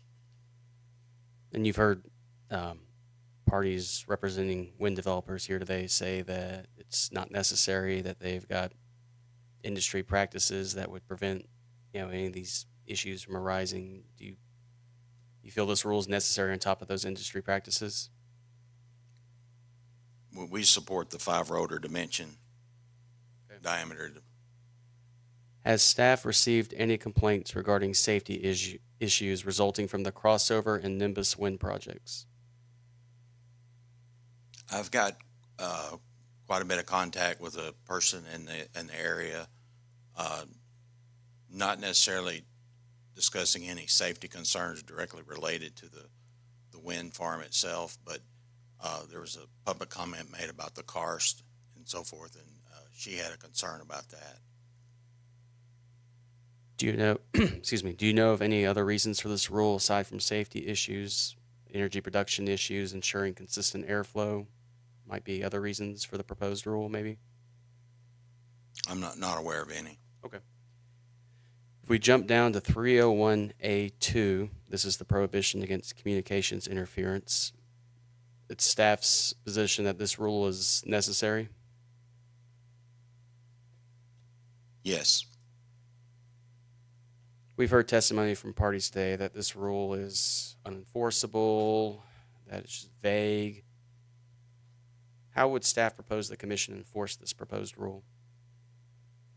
I think it would have to be handled on a case-by-case basis, and possibly an area for either the complaint process has already been established here at the commission, or some other method within the rules that would allow for such dialogue as far as anyone having concerns with those issues. We've also heard testimony today about good neighbor policies. Do you think good neighbor policies standing alone is sufficient enough to prevent any possible communication interference? Well, as I stated earlier, it's sometimes when you're self-governing, you have a different slant on what is good neighbor. And so to that extent, I'm not sure that we want to rely on good neighbor policy as a proper remedy for any concerns that the public may have. Has staff received any complaints regarding communications interference resulting from the crossover and Nimbus wind projects? I personally have not, but that's to the extent that I would be aware of. Okay. If you look at Rule 203, it has some notice requirements.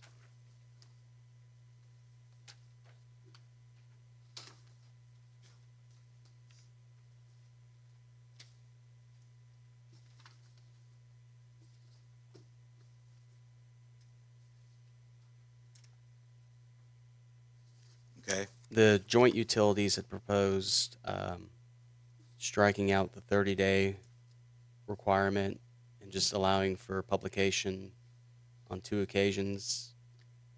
Is staff against this proposed amendment to the rule? Yes. Could you explain why?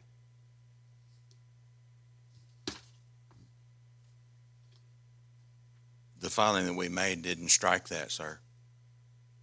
Right. I'm saying you support the original rule as drafted. Yes.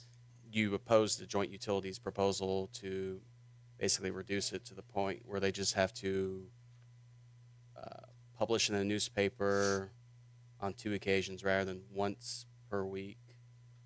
Once per week for 2 consecutive weeks within 30 days, et cetera, et cetera.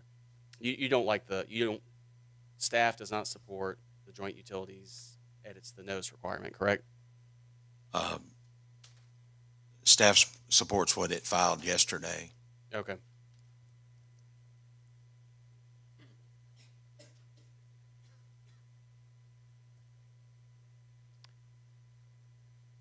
believe that's all the questions I have for you, Mr. Roberts, but if Mr. Manis would come up, I have a few questions for him.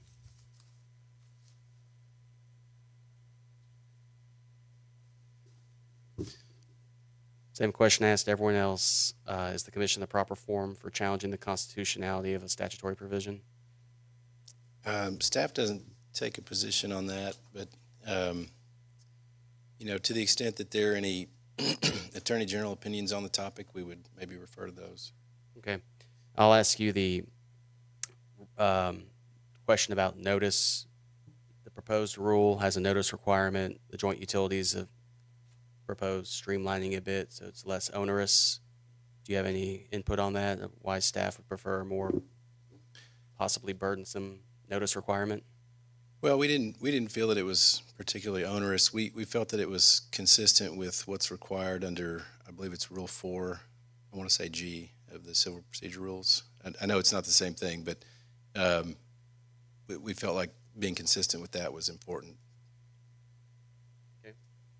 If we look at 201E, and I asked this question earlier to a different party. These are the requirements. Okay, so the rule as drafted would have applicants who've received a permit, but before they begin construction, file copies of insurance policies, financial security, the acoustics expert report. All things are required by statute. Staff proposed 30 days. Can you explain why is there a need for 30 days before construction starts? Sure. Well, I think the intent there was just to make sure that parties are doing their due diligence before they begin construction, and we felt that the commission should have oversight in some form to regulate that activity. So you would almost envision like staff reviewing these documents. 30 days is ample time maybe to find issues with the acoustics expert report or something like that?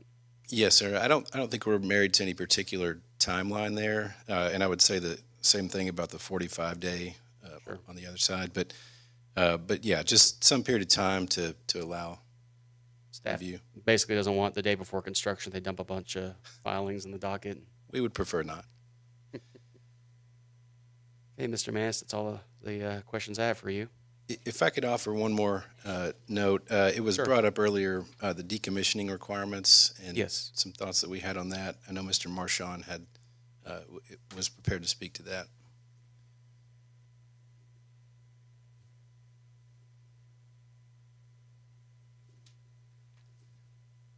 Would you like me to bring him up? Yes, please.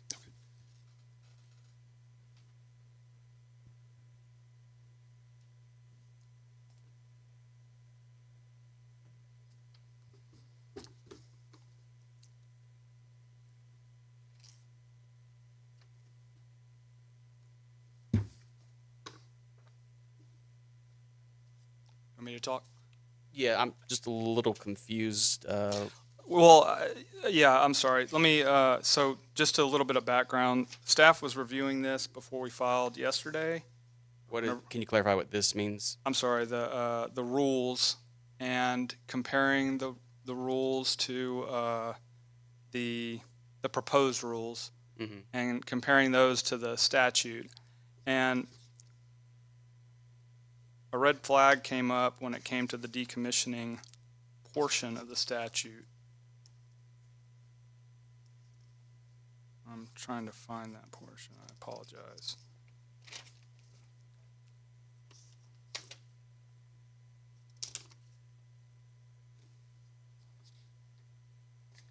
Long statute.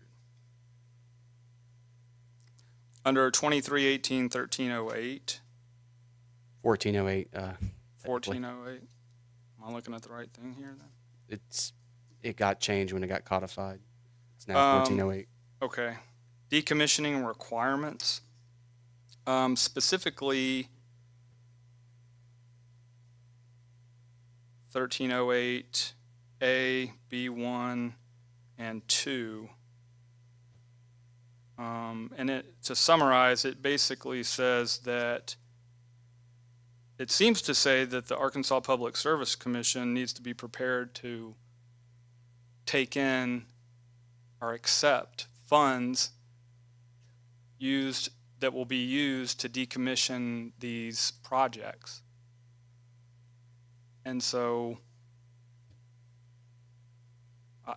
speaking plainly, my concern is I don't want somebody to come in here with $50 million worth of gold bars and set it on Karen Shook's desk and say, here, this is what we're going to use to decommission it. I don't even know what we would do with that. So we felt the rules were lacking when it came to that. We put together some proposed amendments to the rules. These are based on currently the only major decommissioning efforts that we evaluate are related to ANO 1 and 2, the nuclear facilities in Russellville. Those have separate trust funds attached to them that were set up a really long time ago. And those are designed to decommission those plants when they retire. And so, anyway, that's what these proposed amendments to the rules would encompass. How many proposed amendments are there? 3, 4. Where would they go at in the current proposed rule? Would there be a separate section, or would it go under the? Well, to be clear, there's already a section in the rules. Subpart 4, decommissioning. I guess you're moving faster than me. Let's see.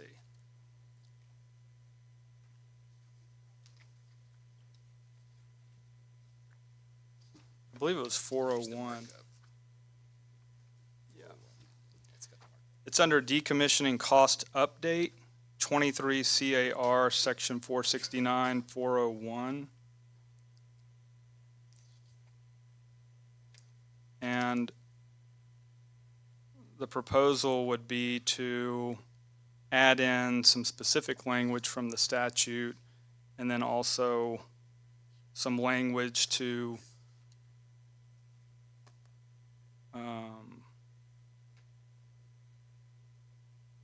describe the process for how those funds should be set up. Have you shared these amendments with any of the parties to this docket?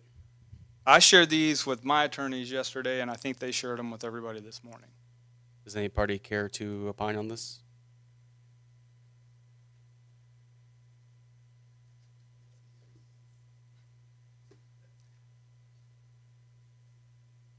On behalf of CCO, we endorse the suggested changes by the commission staff. Thank you, Mr. Cottle.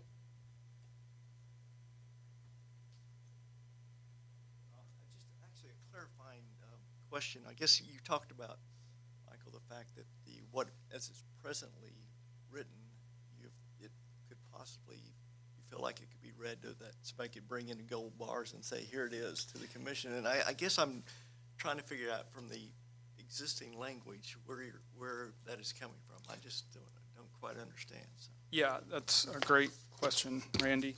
So, the specific portion of the statute that raised the concern is 1308 2 under decommissioning requirements. I'm sorry, 1408 2, and it says to establish financial security under subdivision B1 of this section, the applicant shall file with the Arkansas Public Service Commission a surety bond, collateral bond, irrevocable letter of credit, parent guarantee, cash, cashier's check, certificate of deposit, bank joint custody receipt, or other approved negotiated instrument or combination of the item listed in this subdivision in the amount required by B1. And B1 is talking about the decommissioning cost estimate. So our agency is not set up to receive those type of funds. So that I feel like needs to be contemplated in the rules. I wrote this, I'm sure it's wrong. I'm sure there's a better way to write all this, but so I just wanted to bring that up, and I apologize for doing it so late. I guess the question here is, I mean, what the things, the requirements that you're talking about are in the statute, which obviously cannot be changed. Right. Are you just the amendments you're trying to make to the section 4? Are you just trying to clarify what that actually means, or how are you going to, in practice, carry that out? So. Yes, the proposed revisions are just a process by which this could happen.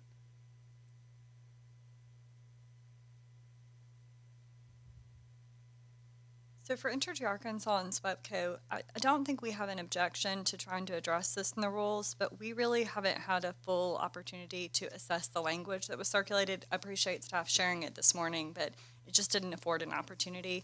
I don't think we would object, though, if the commission was inclined to allow staff to file that so that parties could respond to it, perhaps, to make sure it meets the needs of everyone. Anyone else?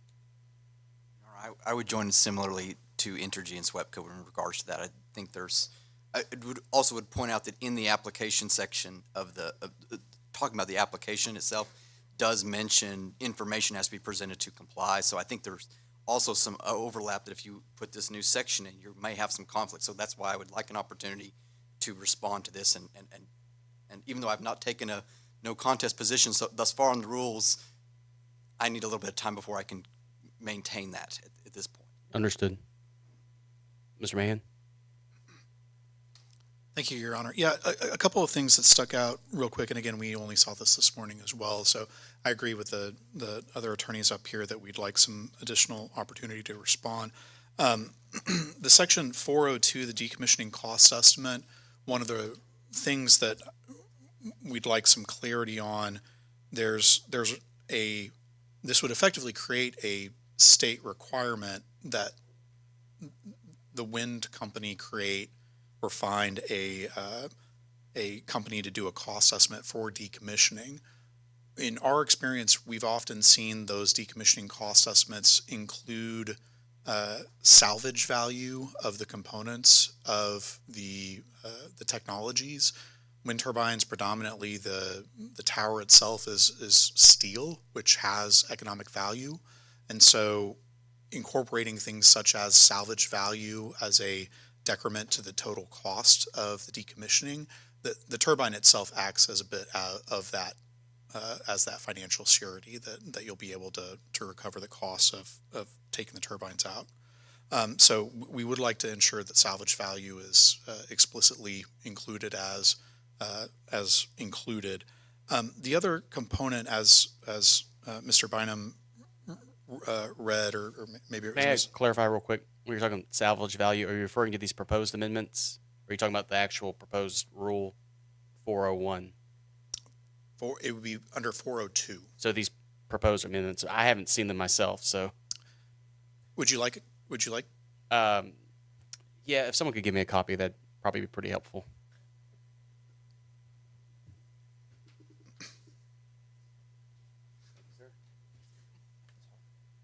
Okay, please continue. I'm sorry. Sure.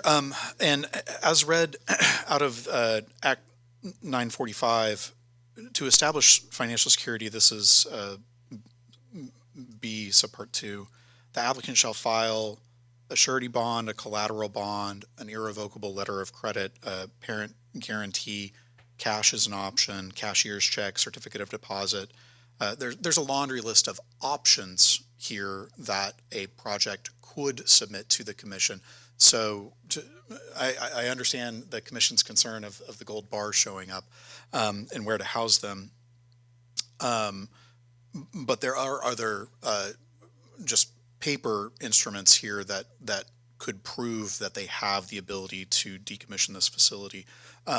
Therefore, this recommendation of creating a decommissioning trust fund as a requirement and the trust fund be 100% funded, it effectively eliminates those other options to be provided to the commission as proof of ability to decommission.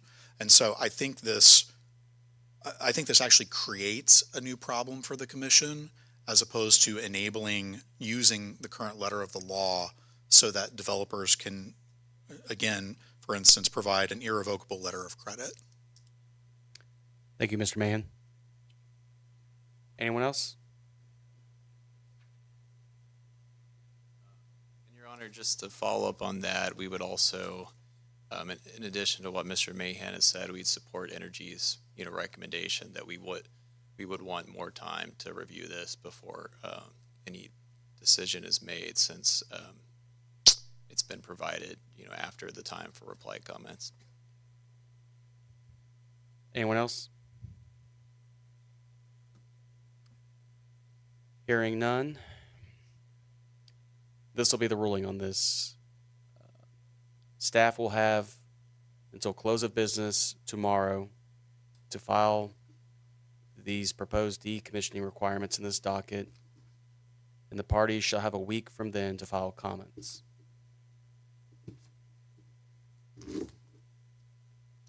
Thank you, Your Honor. You're welcome.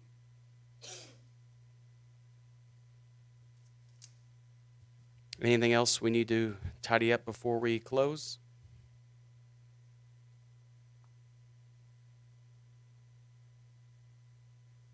Your Honor, I just wanted to bring to the court's attention the fact that when you sent out your email directives last week, someone had to take the lead and get the parties to work on that. And I wanted the court to be aware, Your Honor, sorry, it's practice, to be aware that the staff did that.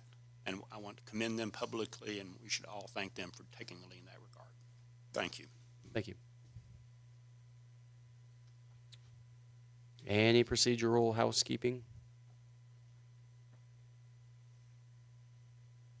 All right.